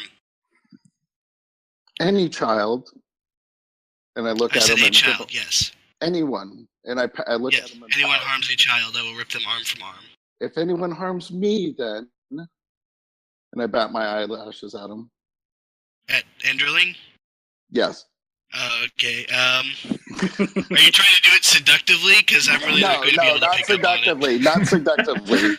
Just like, look at me. I'm a cute little child. No, for the record, I'm not planning on seducing anybody in our party because that would just. Just no. Wait it till would I be take awkward. like a bathroom break or something. I'll come back. No, don't worry. No, but just sort of hamming up the being the kid. Like, I'm a defenseless child. So, to get back out of the sassy girl to the I'm a defenseless human girl now. So you would rip them limb from limb if they tried to harm me. Yes. And I say, okay, that's good enough. And then I look at the Oracle meaningfully. I have no reason to harm or have sex with a small child. I have no reasons for this. Sex? Who brought sex into this? Who said sex? Jesus. Bat my eyes Sounds like a failed sense motive. Among my fellow wizards in the university, we have a saying: the universe don't fuck a child. As I was saying, in the wizard university I went to, we have a expression: the universe, when it comes to certain absolute laws, they like to protect the innocent by mainly having who would harm a child have consequences put onto them somehow, aka real world example, how people generally will kill or hurt people who actually harm children. Fair enough. All right. So as you guys are talking, Crucio just continues to down drink after drink, and the bartender has no problem just filling his cup up. Okay, he mentioned a border. I don't know where I'm at. I'm gonna look at Mercutio. You mentioned a border. Are we still in the lands of the Lenorm Kings? He kind of laughs really like this boisterous, hearty laugh that he has, and he explains that you're in the Empire of Taldor and going to the province. And as he says Qadira, he kind of begins to slur a little bit, and it sounds like he's saying Cabana.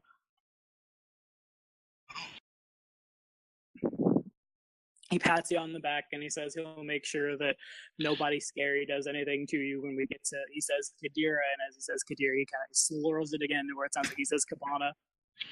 Wait, is he? Okay, yeah, that's whatever. He begins to tip in his chair a little bit. Well, Daddy, Father would never forgive me if you were waylaid by somebody while you were in your cups.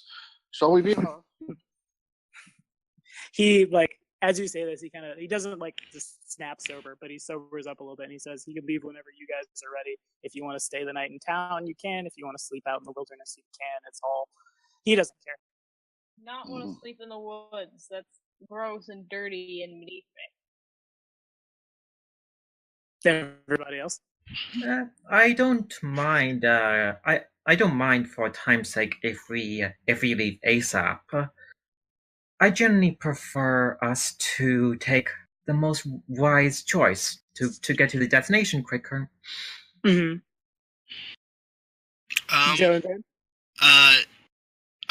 don't. Well, I would like to leave as soon as possible, but I have one thing I have to do first. I'm gonna slam 47 gold onto the counter and tell the bartender, to bring me all of the long-lasting food that she has. Okay, yeah, she'll do it. She'll do it happily. Several salted meats and salted fish, bread, things like that. All right, I'll pack it into my mead barrel backpack. Mercutio, I'm just for preparation. How long do you think the trip will last for. He explains to you that as long as nothing terrible happens, you'll reach the border to Qadira sometime tomorrow afternoon. From there, it sort of depends on the political climate. He doesn't know what's going on. He may have to make some stops along the way, things like that. But he plans on hitting all the major settlements in Qadira and then from there pushing east. So generally, He's standing in Qadira, probably. Sorry, Qadira's east and Cheliax is west, right? Correct. Okay. I asked him if he has any camping supplies or provisions to feed his people while we were on the way. He goes on, like, he kind of like switches into like merchant mode as you say this, and he begins like explaining that he has anything you could ever need, his magic gnomish wagon, and like he pulls out this, like, you get the feeling that the bag, like the Santa Claus style bag he's carrying, is a little more magical than it appears, because he begins like pulling out this white like wolf skin, and as he's, like, it's obviously way too big to fit in the bag. Like, he pulls it out and he hands it to you, and he tells you, as long as you don't let this get anywhere near fire, keep it plenty warm. It's ironic.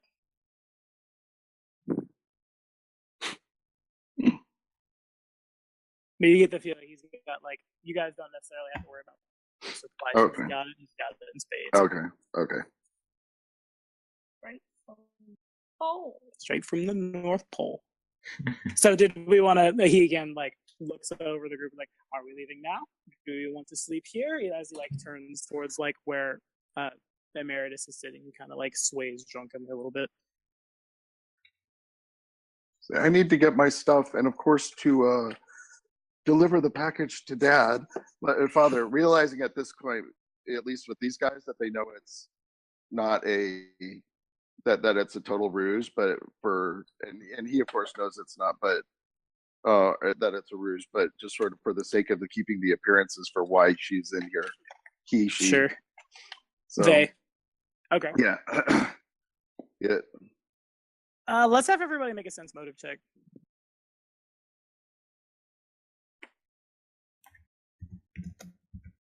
Really just trying to draw those crits out. Okay, and so a 23. You all bluff. Yeah, sense motive 23. Who's rolling a bluff? Me? Yeah, you. Oh, okay. Okay, yep. I think it was Sarah that got the 25 right. Yeah. So I still got 27. Emeritus gets like a vague, like, Donald crit. No, he didn't. Yes, 20. Yeah, 20. Oh God, he crit. Okay, yeah, sure. Lucia gets the feeling that there's, like, you're not seeing the entire picture here. There's some kind of relationship between these two halflings. Take with it as you will, but, like, you are completely, like, you think something's going on. Okay. Like something sexy? Not something sexy. Okay. Interesting. Let's see. When halflings get together, something it is up, and not in the good way. Well, Lucia already kind of knows what the deal is. So yeah. You already had realized that there's, like, that Pogue is more than they appear. As long as Poe and Lucia honor their side, the social contract to aid Mercutio out, she will treat him as a individual for the most part. Mercutio gets a little wide-eyed at the thought that a Chelish individual is going to treat him as a person for the first time in his existence. But happily, like, I would gives you a thumbs up. I would be a bit surprised, really. Oh, I guess from the pocket where I'm from, we prefer to treat people as people for the most part. I will only then treat people with distaste if they deserve it. How wonderfully kind of you, he says sarcastically. And as he says so, he hops off his stool and he begins, like, leaning on his staff, making for the door, asking if you guys are ready to go. All right, so I'm following him out, and as we're following him out, I'm like, do you happen to have any halfling weapons with you? Happen to have any what? I'm sorry. Halfling weaponry with you? Yeah. Okay. As he gets outside,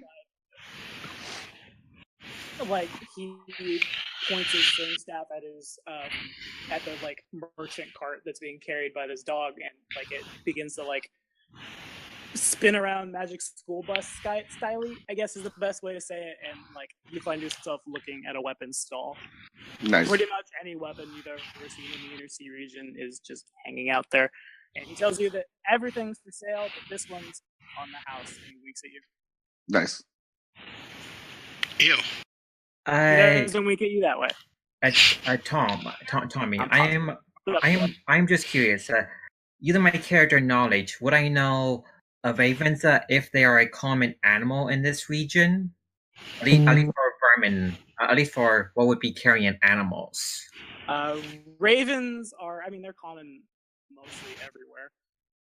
Okay, cool. All right, so I clap my hands, I rub them together, and I look at them, and I say, and now, do you have any skincare products? Skincare, yeah. Like, Avril Lavigne pops out of nowhere and sells you some Proactive now. Right. Everybody else is he like, points his staff again, right. and the cart spins in magic school buses, and now you're looking at essentially like the medieval equivalent of a cosmetic shop, I suppose. Yes, Bath and Body Works. Or... Yeah, medieval Bath. Also, Yield whatever. Bath and Body Works. Yeah, Yield. Nice. But if I knew you actually like beauty products, I could make you some beauty products during our travel if you want to. It shouldn't be that difficult to craft them via a portable alchemist kit I have. It would be I would have the bare essentials for a alchemist kit on me. One assumes, yeah. Yeah. I would say so, like, the alchemist would. Right. Mm-hmm. Anyway, I didn't mean to derail. I was just role playing. Nah, you're fine. Literally 2/3 of the game. Were you gonna say something, Joe? No, you just said like the party alchemist, and I said hello. Hello, says the alchemist. Yeah. So Mercutio, Pogue, and I guess Lucia, who's talking to Pogue, like Mercutio, like the Wizard of Oz style, like clicks his heels together, and everybody who's outside sees him teleport onto the top of this wagon, and he begins shouting, not quite meanly, but not like in a friendly way either, at Stavy and his dog, and the dog like slowly picks itself up and like ploddingly starts making its way lazily like along the road. And Mercutio, like, he shouts out, if anybody's coming, now's the time. So I go with them. Is there some way to kind of mount up on that, or? And kind of what? Like, so he's on this massive dog, right? Yeah. So are we this to board only ever really existed in case somebody wanted to like start a bar fight. Okay. So are we walking along next to him, or are we? He's getting ready to leave, and he's waiting for like to see if it's just gonna be you to follow him. No, I run out. I probably follow him closely. Got it. Yeah, I would follow along. The faster we get onto the road, the better. Fair enough. I'm like, come on, big guy. I'm sure he's got some soap for you. I think I can fix his odor smell, and I cast the spell prestidigitation on you if you smell a bit. I find odor a kind our troll if he actually. I mean, yeah, you're welcome to try. Okay, I cast it on you. I find odor. Okay. Say what? It does. I was just giving him shit. Okay, so do you want me to give you a quick clean, so you're not as smelly as before? I smell. Yeah. You smell differently. But in traveling in these regions, it may be good for us to fit in a little bit so that we don't stick out as much. Everyone looks at the priest of Asmodeus out of the corner of their eye. Yeah, exactly.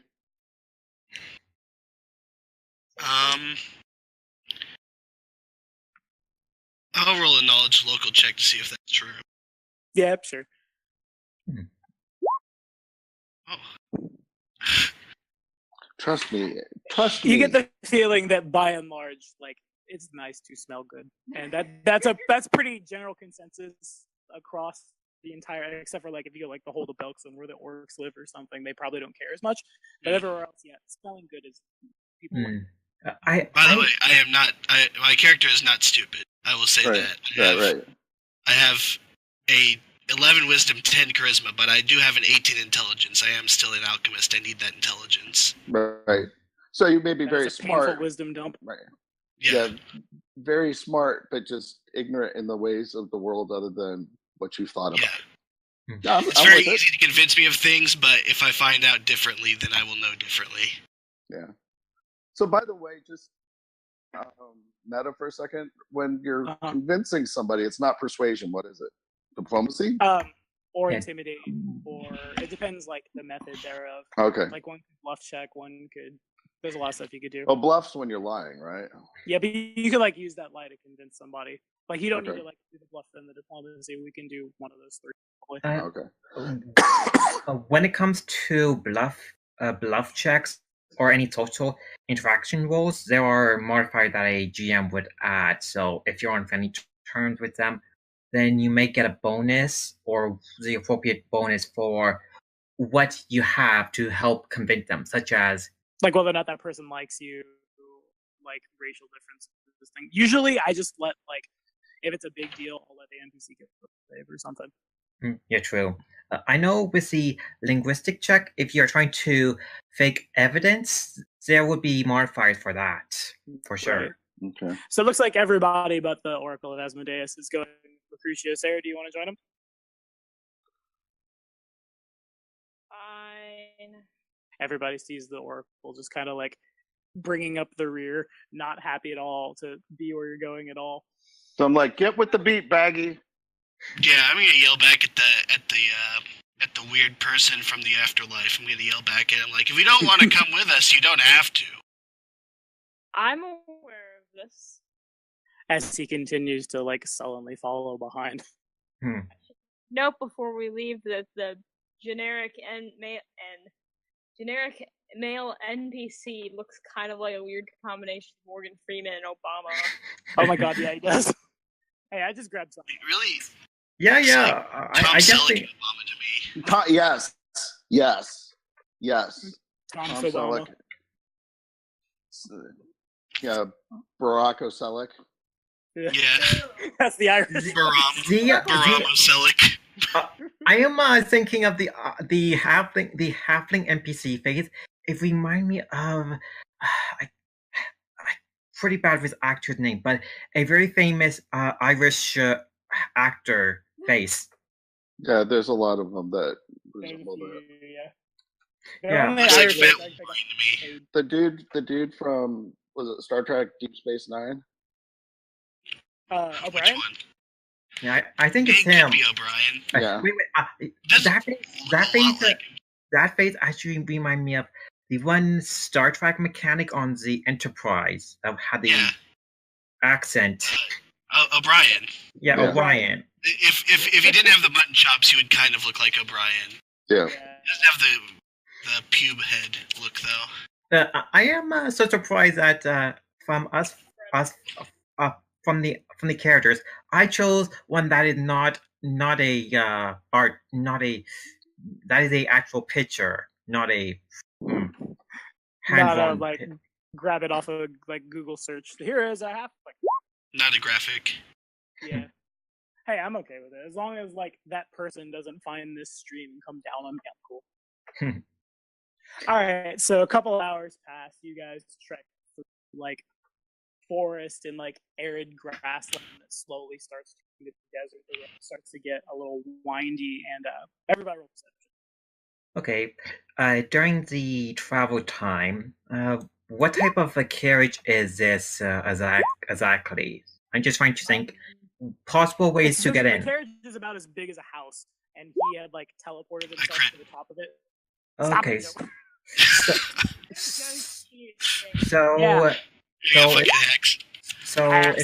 So if it's just a house, I would assume it's a one door in. You've seen it like like I said, like Magic School Bus style transform itself into like, he needs a weapon shop, poof, weapon shop. You need like cosmetic stuff, poof, cosmetic stuff. Basically, like it's like a bag of many shops, I guess, best way to say it. Does anybody else want to do anything in travel? But I'm asking, well, so I'm doing a couple of things. I was just typing in a text to ask if I'd had a chance to equip myself. Yeah, for sure. Okay, so while we're doing that, I'm kind of equipping, and I'm sort of just kind of laid back, like trying to look laid back and file nails, but I'm still looking at Lucia and Papa. Yeah, Papa. Yeah. It was murder hobo. I'm like, I'll get it right. Papa and Lucia. Just try keeping an eye on them. Would I notice that Lucia seems particularly interested in what's inside of the... Donald, are you trying to hide your interest? I would probably examine the wagon to see what are the visible break-in points if we were raided. More of the professional security personnel to check the property out. Are you gonna bluff? Are you bluffing me? Yeah, that's basically what I'm asking. I am not bluffing you. If you ask, I just tell you, oh, I'm just checking for external break-in points if, let's say, we encounter a threat along the way. Okay, well, if you don't roll a bluff, then I believe you not at all. Okay. Fair enough.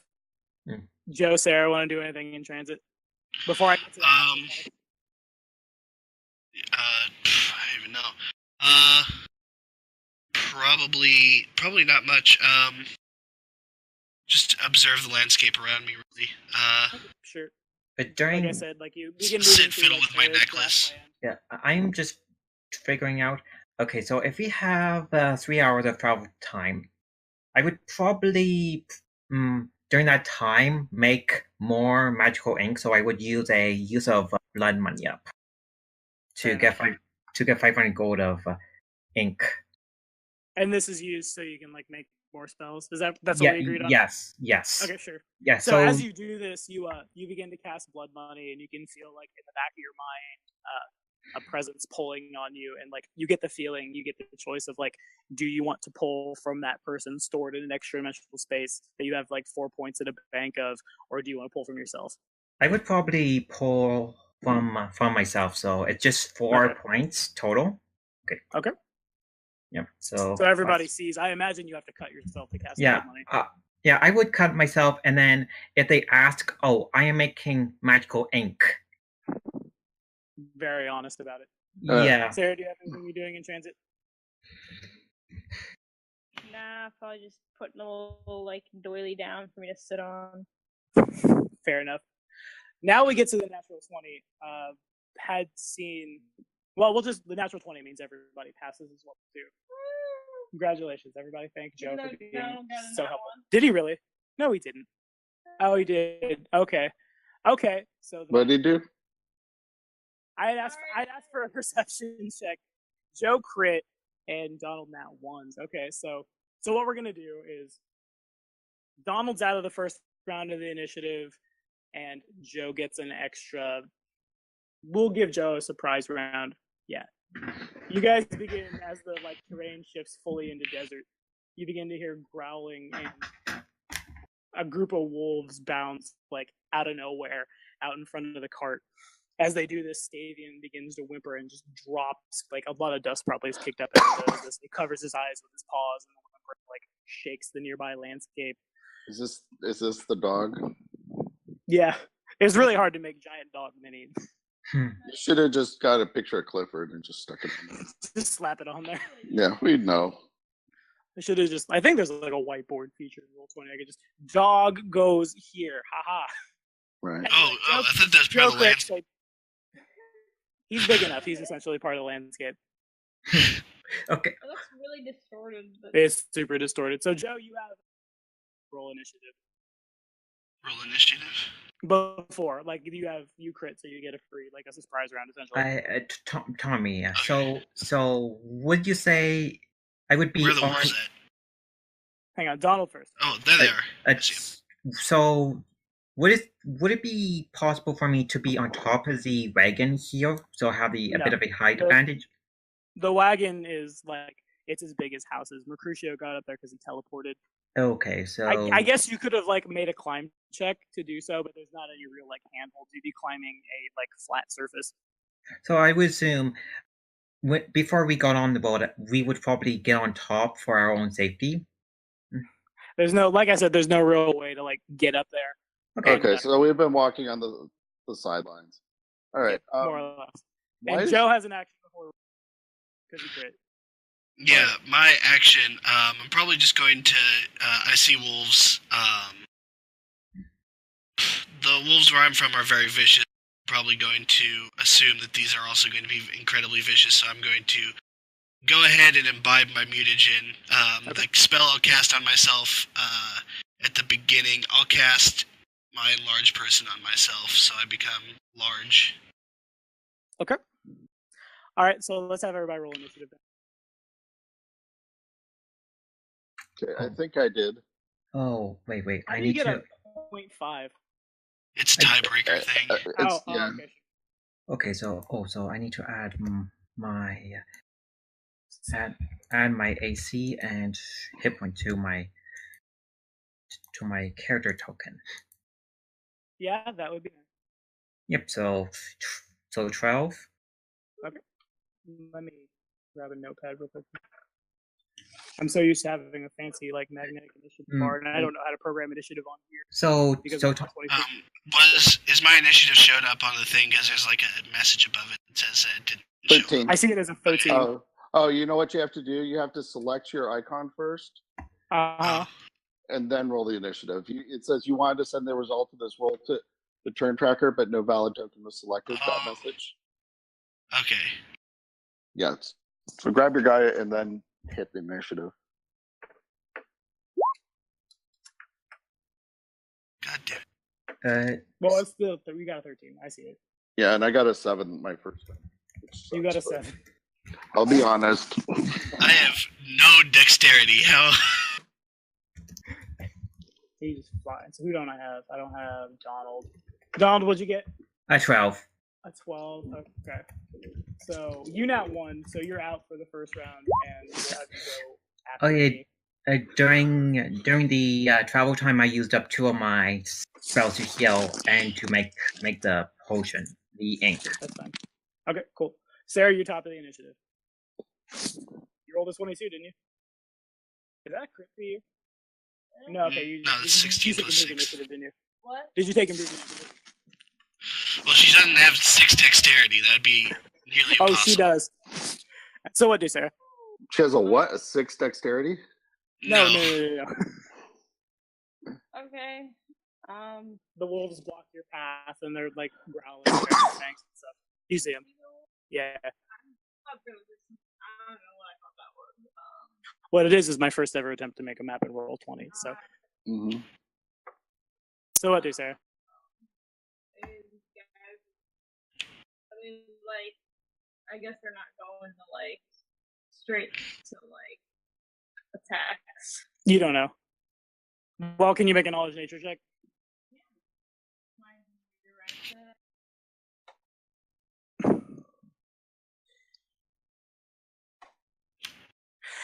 Wolves, like, you get the gist that these guys are like waiting to see what you're gonna do, sizing you up, that kind of thing.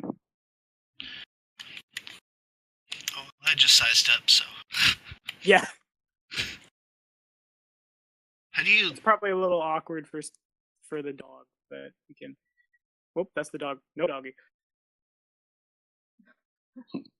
Clifford, bark. There we go. Oh. Enlarged person.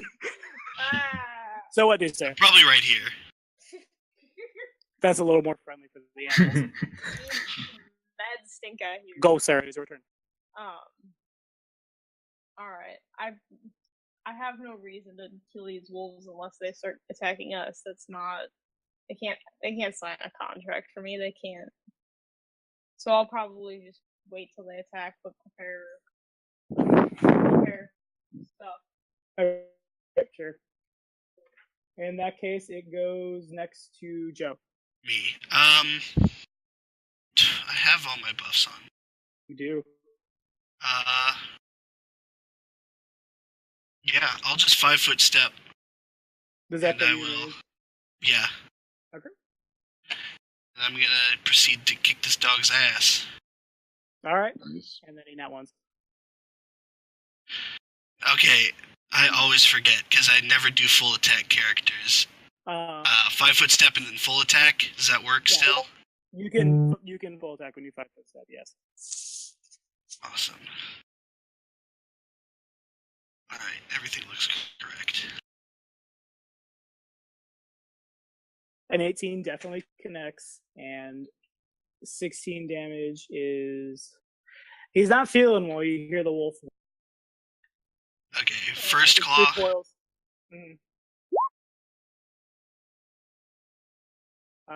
16 is enough to take him out. Okay. So you bite him, he pulls back. The 12, the 16 takes out the first one? The 16 and the 12 together. Okay. Okay, yeah, as for that, I've done my full attack, so I am passing turn. Do you not have 2 claws? 2 claws. I do have 2 claws, but I can't reach out to that second wolf. Oh, I see. Okay. Okay, then it goes to Tommy. This wolf is going to 5-foot step over. This wolf is going to 5-foot step over. This wolf is going to charge Pogue. This wolf is going to... The rest of them are going to just... Well, this one can get up at Enterling, too. Alright, that one's going to provoke the one that had to move up, too. Sure. Okay, good.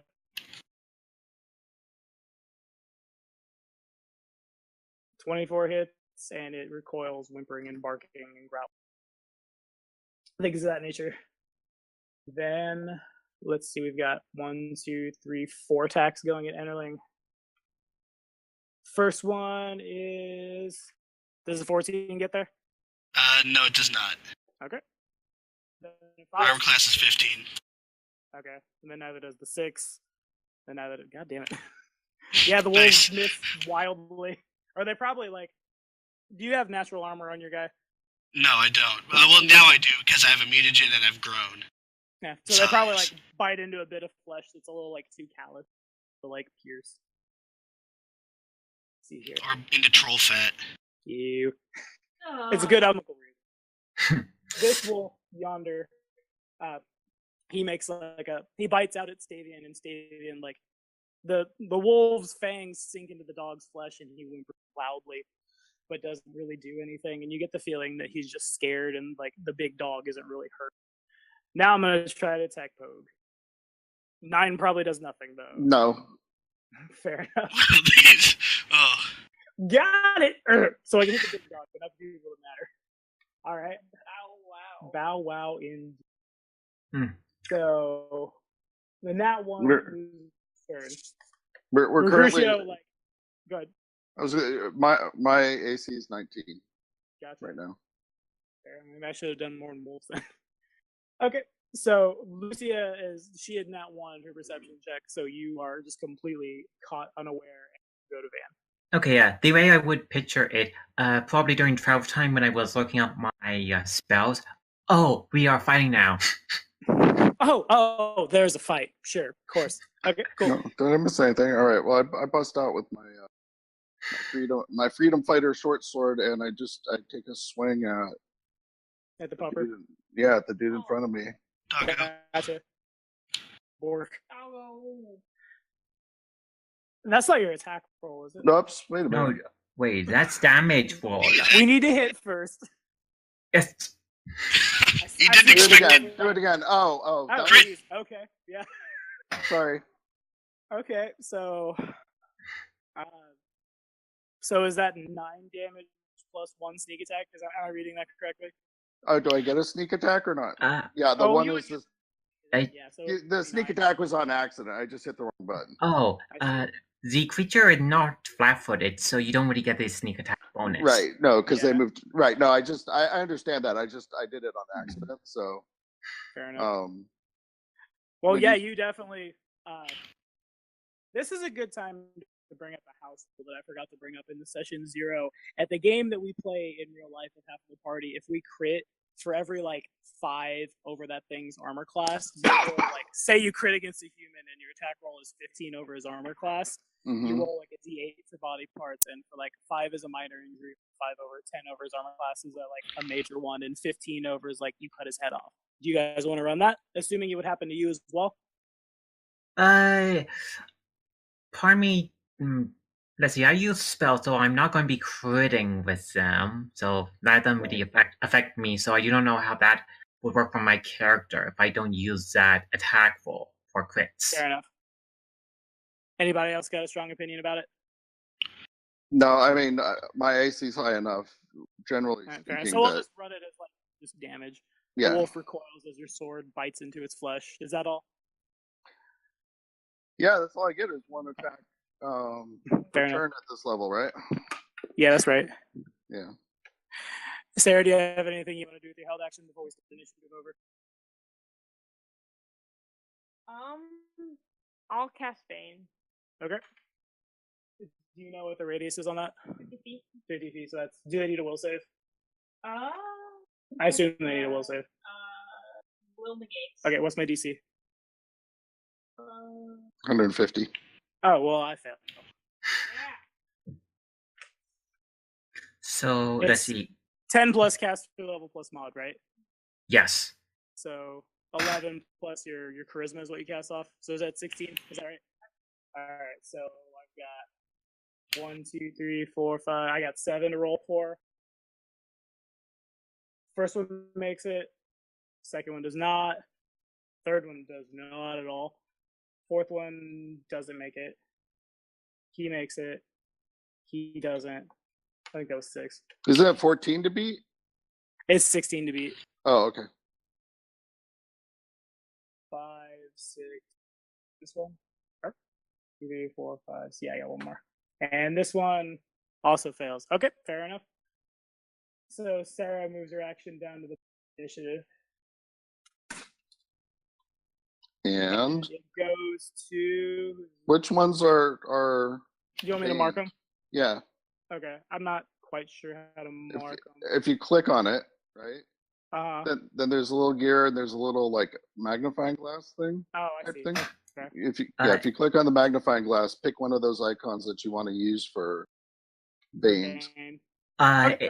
It is like what I am doing. Right. Oh, I see. Cool. Mm-hmm. Okay, so she got 5 out of 7 of them. Yay! And that's just a neg 1 on attack roll stuff. Is that right? Cool. Or not damage. Attack rolls and saving throws against fear effects. Tight. Okay. All right, it goes to Joe. Alrighty. That's Mythic Bane. Never mind. I'm going to attack that one. Can you see that? Yeah, I gotcha. Did the little red circle thing pop up on him? It sure did. Awesome. Can I make circles pop up too? You just told you, yeah. Alright. We're going to bite him first. Okay. 21 hits and 17 is some damage.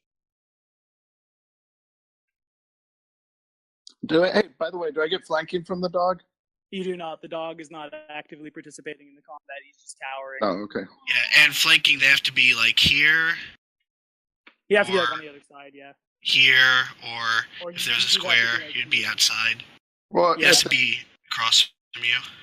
It can't be like on the other side. It has to be opposite. He could face diagonally to you guys and defend himself. Right. That's the way it's explained.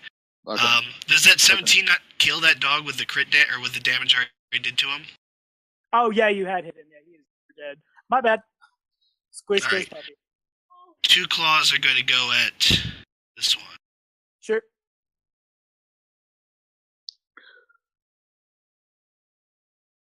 It's max damage. 16 hits. Pupper is unhappy. That all, Joe? Second claw. I have 2 claws. Oh, yeah, okay, good. Its second one's down. 11 does not hit. Okay. And that is all. Alrighty, let's. Really, the only person I can get to is Joe. He'll 5-foot step forward. This wolf will. Well, no, we can move this way. Stavian does not attack, but it would provoke from Pogue as this wolf goes around this way. Okay. So if you'd like to make an attack of opportunity. Yes. Yep. 20 hits, he takes 7 damage. I don't think that one had been hit yet. No, it hadn't. Alrighty. So we will attack Enterling 4 times. And these guys are all taking a -1. Yeah, there they are. So that makes it easy. Doesn't hit. 7 doesn't hit. 14. No, I have armor class of 15. And then we miss wildly. And let's try to attack Pogue a couple of times. 7, god damn it. And so those both miss, correct? 7 and 10? Yeah. Wait a minute. Alright. Alright, Donald, you're up. Okay, I'm going to cast Magical Missile on this dog here. Sure. And that's going to hit the dog for sure.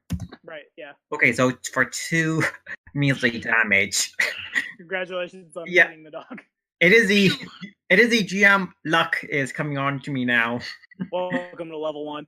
Yeah, true. So these are dogs. Do they appear native to the region that I would know what type they are? Being rather the roll intelligent. Knowledge local or knowledge nature, your call. Okay, local. Okay. Yeah, I am trying to play up a bookish character if I would know the dogs or not. Sure. So 22. Yeah, wolves are native to this part of the world. Okay.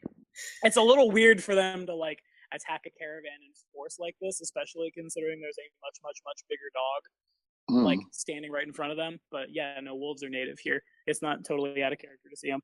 So this isn't just a random pack, perhaps. Lucia would get that feeling, yeah. Is that all okay?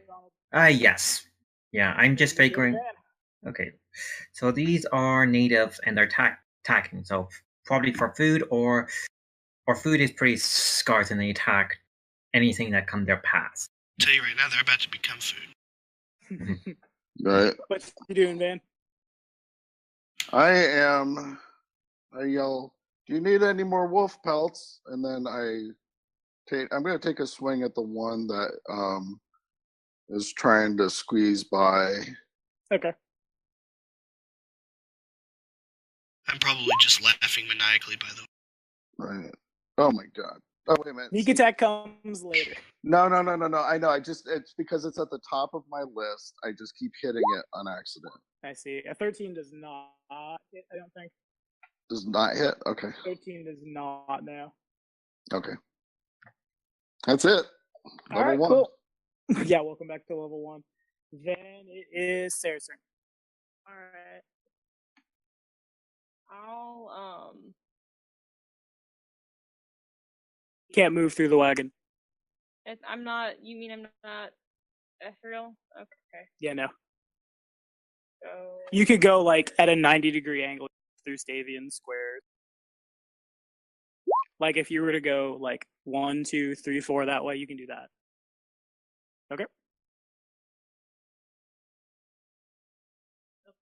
Why? Filthy swine indeed. With your heavy mace. That does hit. My attack bonus is 0. Well done.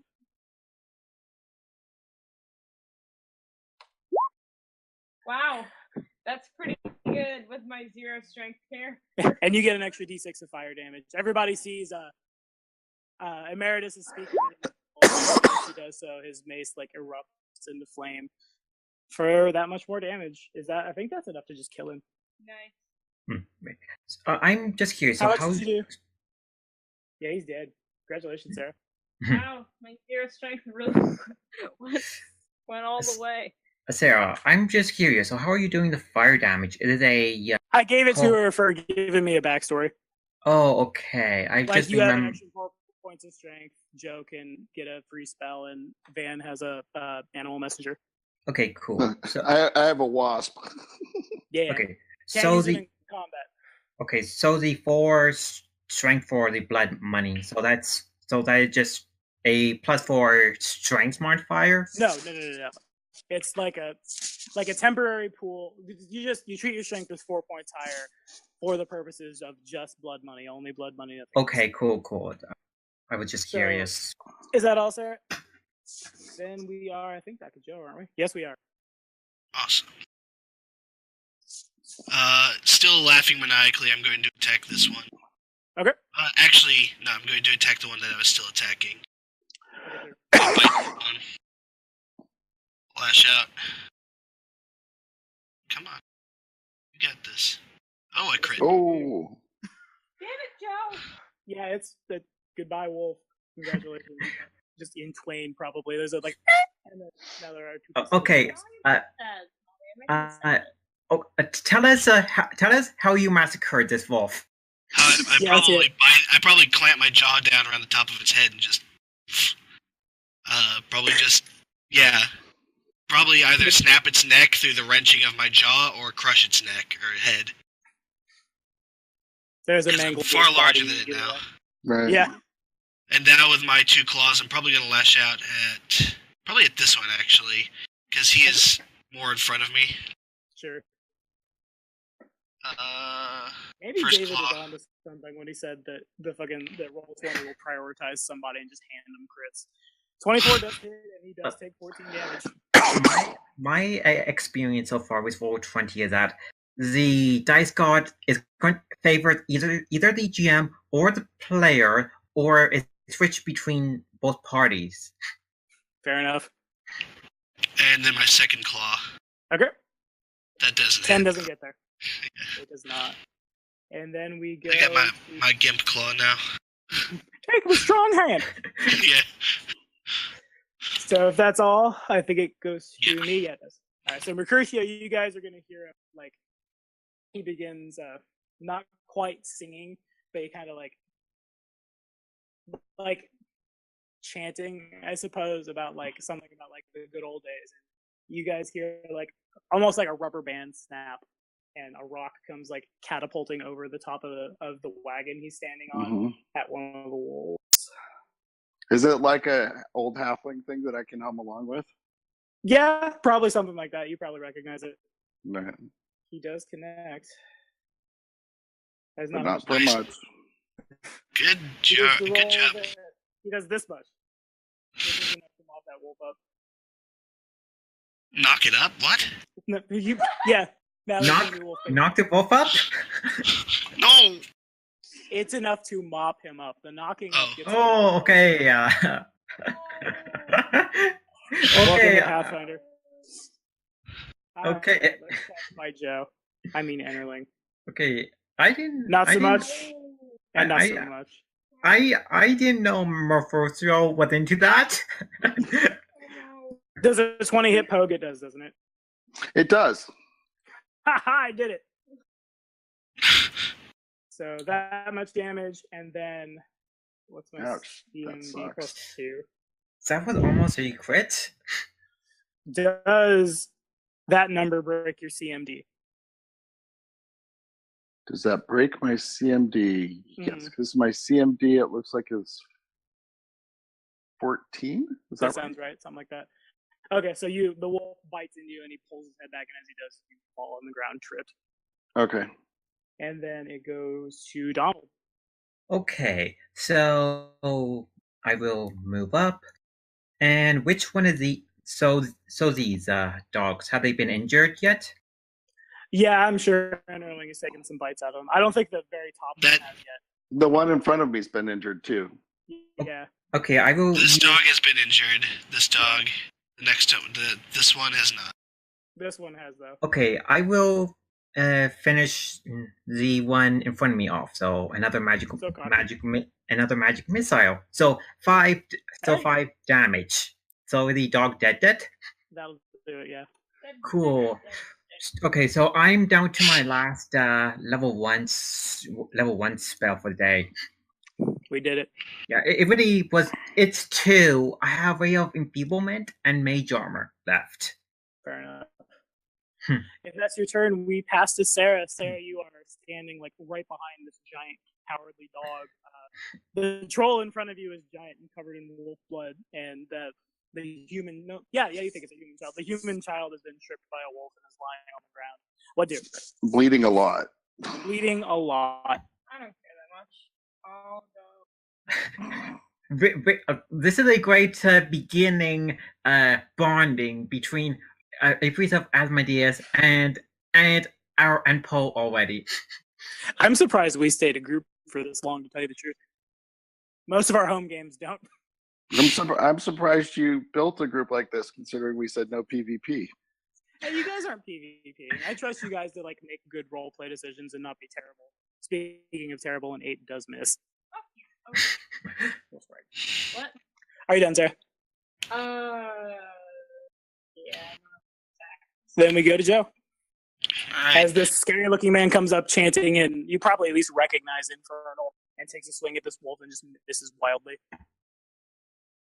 He's probably not that scary looking to me. He probably just looks like some jerk off. Excuse you. Care you hail in comparison to the power of Njord. I don't know of this Asmodeus you speak of. Sick burn from the Norse pagan. Yeah. Burn up his ass if he doesn't watch it.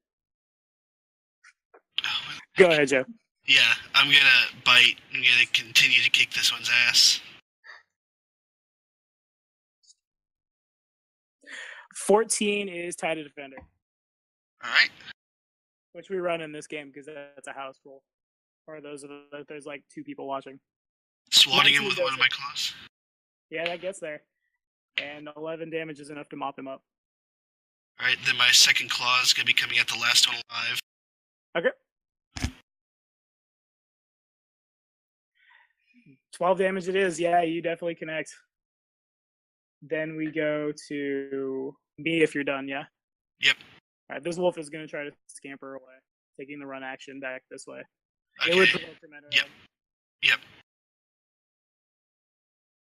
It's Oh, that's a tie defender. So this wolf escapes. I We don't leave get a combat turn? and the initiative goes back to open. The first thing I do is I pick up the wolf bodies. Okay. Anybody want to stop him? Nope. No. What are you trying to do with the bodies exactly? I'm a troll. I'm gonna start eating them.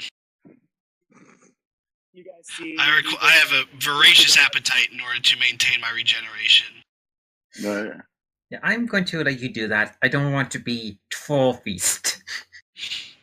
Nice. Fair enough. All right, I'm just bleeding out. I asked Mercutio if he's got anything for. Are you bleeding out, like on the ground, dying, bleeding out? No, like I have 2 hit points bleeding out. Okay, fair enough. I get up and my hand's full of like blood, but not guts. Fair enough. Mercutio, he looks like peers over the top of his wagon down at you, and he just shouts like, "Why don't you ask the Vine Caster?" And like points at the Oracle. I'm Hey. sure that they'd be more than willing to help you out. Do you need a piece of paper for that contract? He begins like jokingly, like through his back. Oh, it is nice to know you have a sense of humor. So I go over and I yell what I put in chat, which is "Get back here and heal me, you skull fucking heal bot." What is a heal bot? What do, Sarah? What will you give me in return? Like, hey, you guys both move your tokens at the same time. I will be a front man for you for, and then I look over at, like as I'm sort of searching for words, and I look back over at Mercutio. I'm like, really? He laughs then and I he says, "Really?" and then I look back and I say, "Can I please have some healing? Do you want to heal them? please?" He's saying, "Please." I am in Lucia mind. She is surprised the priest of Asmodeus is acting like this. She would have had thought the priest would have had healed the party member already, but uses some type of a leverage down the road. So this is new for Lucia when it comes to dealing with Asmodeus priests. Donald does make a point. That is very true. Yeah, think about it. How does evil thrive and do well long term? They become friends with people and become best buddies. Not just be a complete selfish prick and say no. Well, if you don't heal me, then I won't be around to protect your ass when you're asleep. I am not saying I don't need any protection.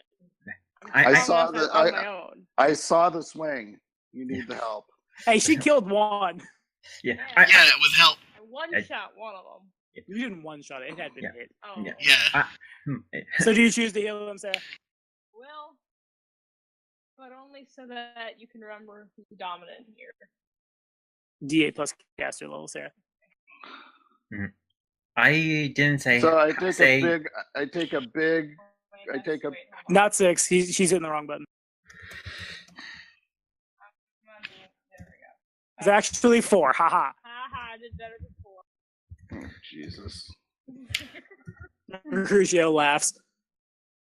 Not like sadistically, but kind of like a father watching children that are like not getting along, but eventually like they're like helping each other out, but they're being terrible about it. He thinks it's adorable.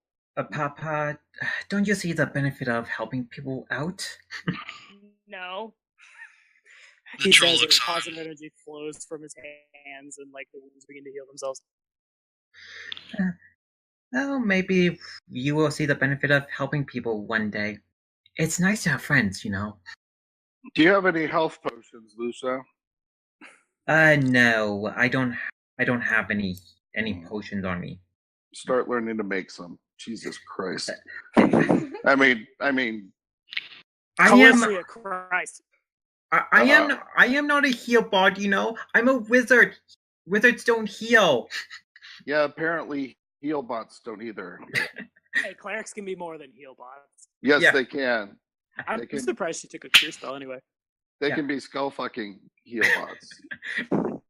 My favorite outside game, my favorite cleric I made, he was not a heal bot. He was he used all of his channel energy to actually smite evil creatures quite well. Yeah. Fair enough. So Mercutio, he leans forward to the top of his wagon, and you guys hear like a clicking sound, and he teleports down to where the three of you are, and he fumbles around in his bag, and he hands Poke a potion, and he says, "Good for what ails ya." And you can you drink it. I mean, if you choose to drink it, it heals you all the way. Generic Skyrim speak. Yeah. I guess so. Okay. I am curious. So is Marsocio, is he going to have a lot of food on him to heal in combat by eating a lot of food and pause during the fight? What? Mercutio, he clicks his heels together and he goes back up to his wagon and he starts shouting at Stadia and his cowardly dog to pick up the pace, and the dog begins like slowly plodding on down the path. Just for a reference, when you play a Skyrim, if you wanted to heal, you could pause combat for a moment and eat 20 wheels of cheese. Yes. How do you eat so much food in a minute?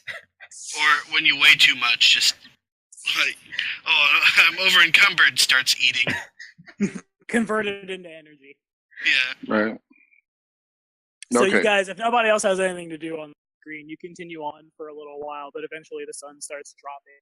Mercutio makes out that like it's time to camp for the night, and he like slams his staff down on his cart, and it begins to like again magic school bus out into essentially a giant tent. Nice. He walks inside and he waves his arm jovially like for you guys to come on in and follow and all this. Okay, while going in, I look where we are going to be sleeping and also keep an eye out for the book, the Libris Mortis. So do I see... Sounds like a perception check to me. And I keep an eye out on those two. Fair enough. So perception check from you two. Okay, so 14. So you see, it's not like it's a lot more lavish than Sleep side, and it's also more lavish than had you stayed in the town. But like, it's not crazy. It's essentially just a bunch of bunks in like a small room. Pogue sees Lucia looking around. As you guys are going to do, Ederling, Papa Maris want to do anything? I'm going to make a perception check to look for a body of water. Okay. Come on, I clicked the roll thing, please. this is quite the nice interior here. I like it. No bodies of water nearby, Joe. Okay, then I'll go into the tent. Okay. I'm also normal size now. Gotcha. Sarah? I'll go in the tent. You go in and it's much nicer than the outside. I look Harry Potter. More or less. I look at Lucia and I'm like, did you lose something, miss? Nope, I am just examining the interior. It's quite nice. And I go, mm-hmm. I enjoy nice. Mm-hmm. I enjoy nice things. Look at my nice wizard robe. Yes. Yeah. Fine. This will do. There's plenty of cots for everybody. There's like a table set up with not like crazy lavish food, but you guys aren't going to go hungry either. Okay. Like freshly cooked, like poultry and like freshly made bread and stuff appears out of nowhere. It's quite nice considering you're in the middle of the frontier. Mercutio sits down and begins to just tear into a chicken leg, and he begins remarking that tomorrow you guys should reach the Qadiran border. He doesn't know what to expect. He asks you guys if any of you are from Qadira, anybody ever been there, stuff like that. Nope. Never been there. What's a Qadira? Yeah, now you hear him saying not cabana. Now that he's not drunk. Mm-hmm. He explains that in Qadira, he's worried that the cult of the Dawnflower might attack his caravan as he's moving through, and he opens up like a giant wardrobe in the back of the room, and he pulls out this hat, and he goes over to Emeritus, and he reaches out and just, put this on, kid. Why? Because I'm paying you. Made a deal. And he like air quotes really hard at deal. I actually laugh as he said deal. Yeah. I am beginning to appreciate your sense of humor. If this happening is going to play on word games for contracts with me, I'm going to appreciate his sense of humor. Sarah, do you put the hat on? Fine. Everybody sees as she puts this hat on, she like her robes change to like simple like peasant garments, and her face paint goes away. She kind of just looks like a normal Kellish person, that is to say, like dark hair, kind of like bronze skin, just a regular normal person. Mm-hmm. Okay. Like this. You look in the mirror and you see that you do not look like yourself anymore. I don't like this. It is definitely a better improvement. It's a improvement. Using my character knowledge as a wizard, would this be something like a alter self item being used? Sounds like a knowledge arcana check to me. Yeah. All right. While they're doing that, I take my shoes off. I'm rubbing my feet, and then I 15 arcana. 15. You get the gist that it's essentially just like a cheap, like only has one form hat of disguise, more or less. Oh, okay. Nothing too special, wouldn't sell. It's just like cheap, or like a gadget almost in like the magical world. It's just enough to where the Oracle of Asmodeus does not look like an Oracle of Asmodeus. Is that it? No, it's all right. I was just sort of chilling out, relaxing, looking at them.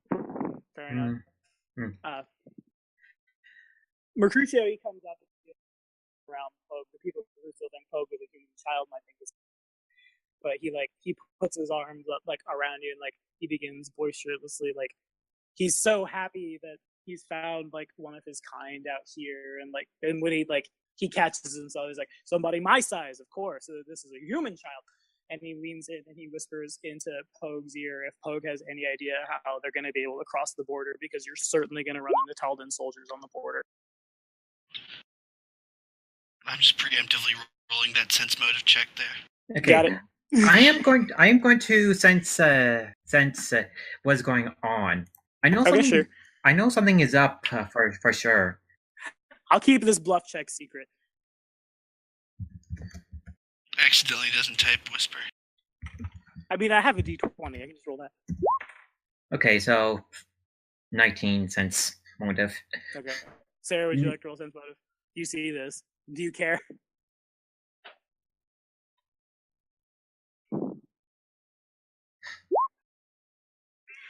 Nobody gets they get the feeling like those are like Pathfinder rolled pretty high. Donald did pretty good too. You get the feeling that something's not quite right there, but you get the feeling that Mercutio is just a little like eccentric and he's not like hiding anything. You see him like whisper, but you don't think it's anything to like anything you need to worry about.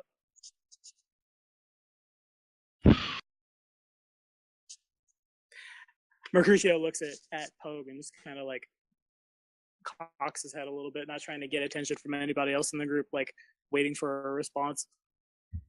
How to get across the border, or like?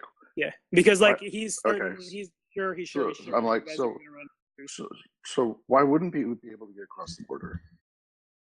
He again whispers that like with tensions up the way they are, like with the Cult of the Dawnflower kicking things around, and as he begins to say this, he starts talking. He addresses the rest of the group, and he says that tomorrow when you guys reach the border, you're sure, like Mercutio is sure you guys are going to run into soldiers from the Empire of Taldor, and they're not exactly friendly to outsiders. There's probably going to be a lot of like the wagon will be searched, everyone will be searched, everyone will be interrogated. We're not quite at wartime yet, but Mercutio says that from his home, he says his home in Igorian, which is the capital of Cheliax, they've heard a lot of stuff about like how the Cult of the Dawnflower is kicking up a lot of dust out here, and so Taldor has increased security along the border.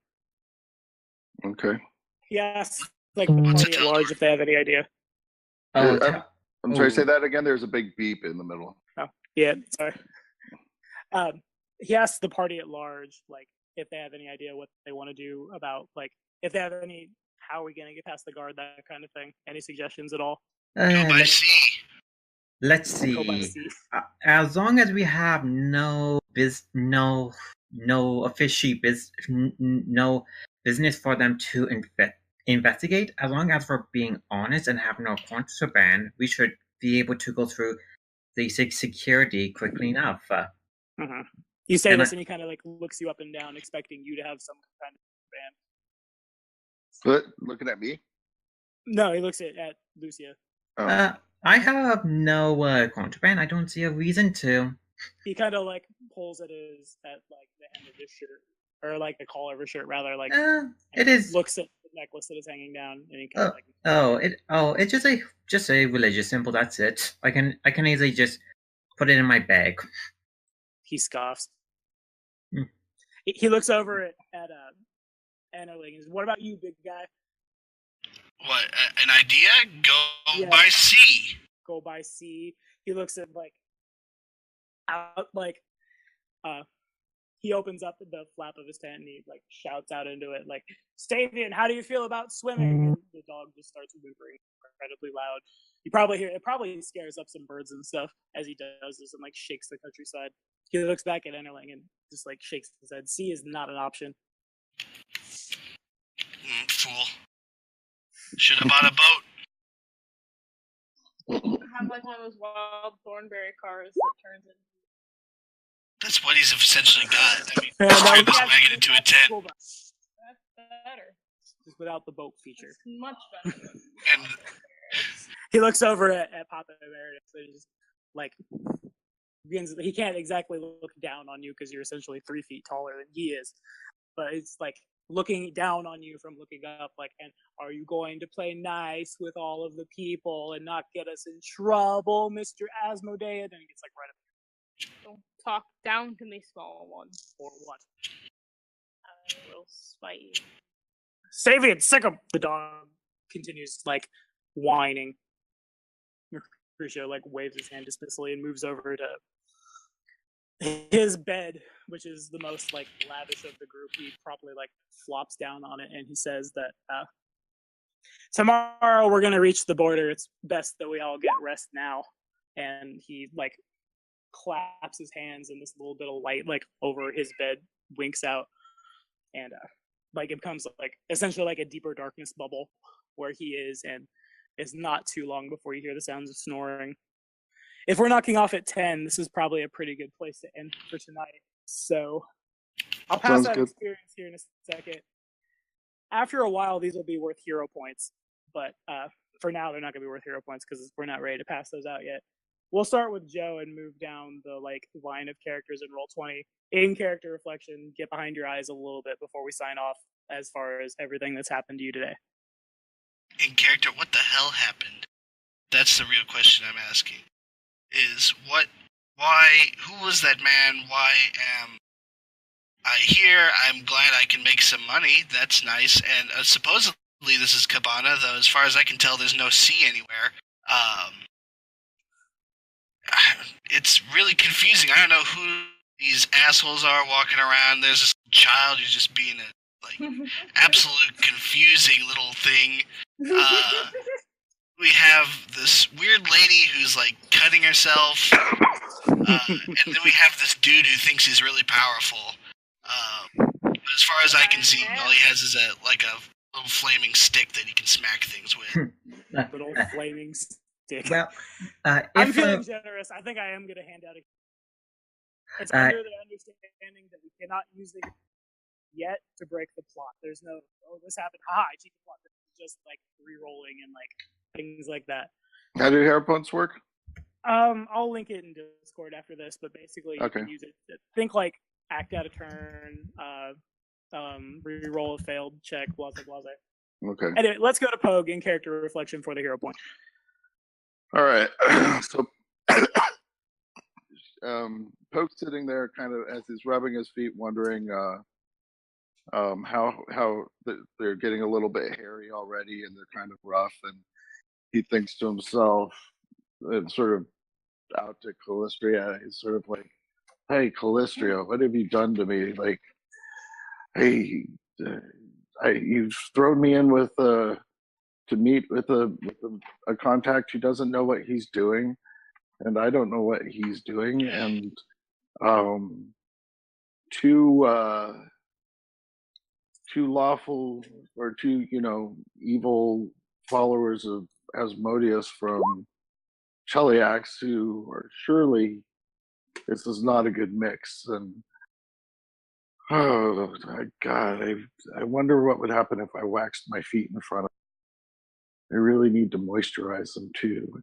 And maybe tomorrow I'll let them in on the big secret that, well, I'm not actually a girl, boy, but we'll just leave it there. We'll wait till the morning. Just so my character knows is a guy for sure. Yep.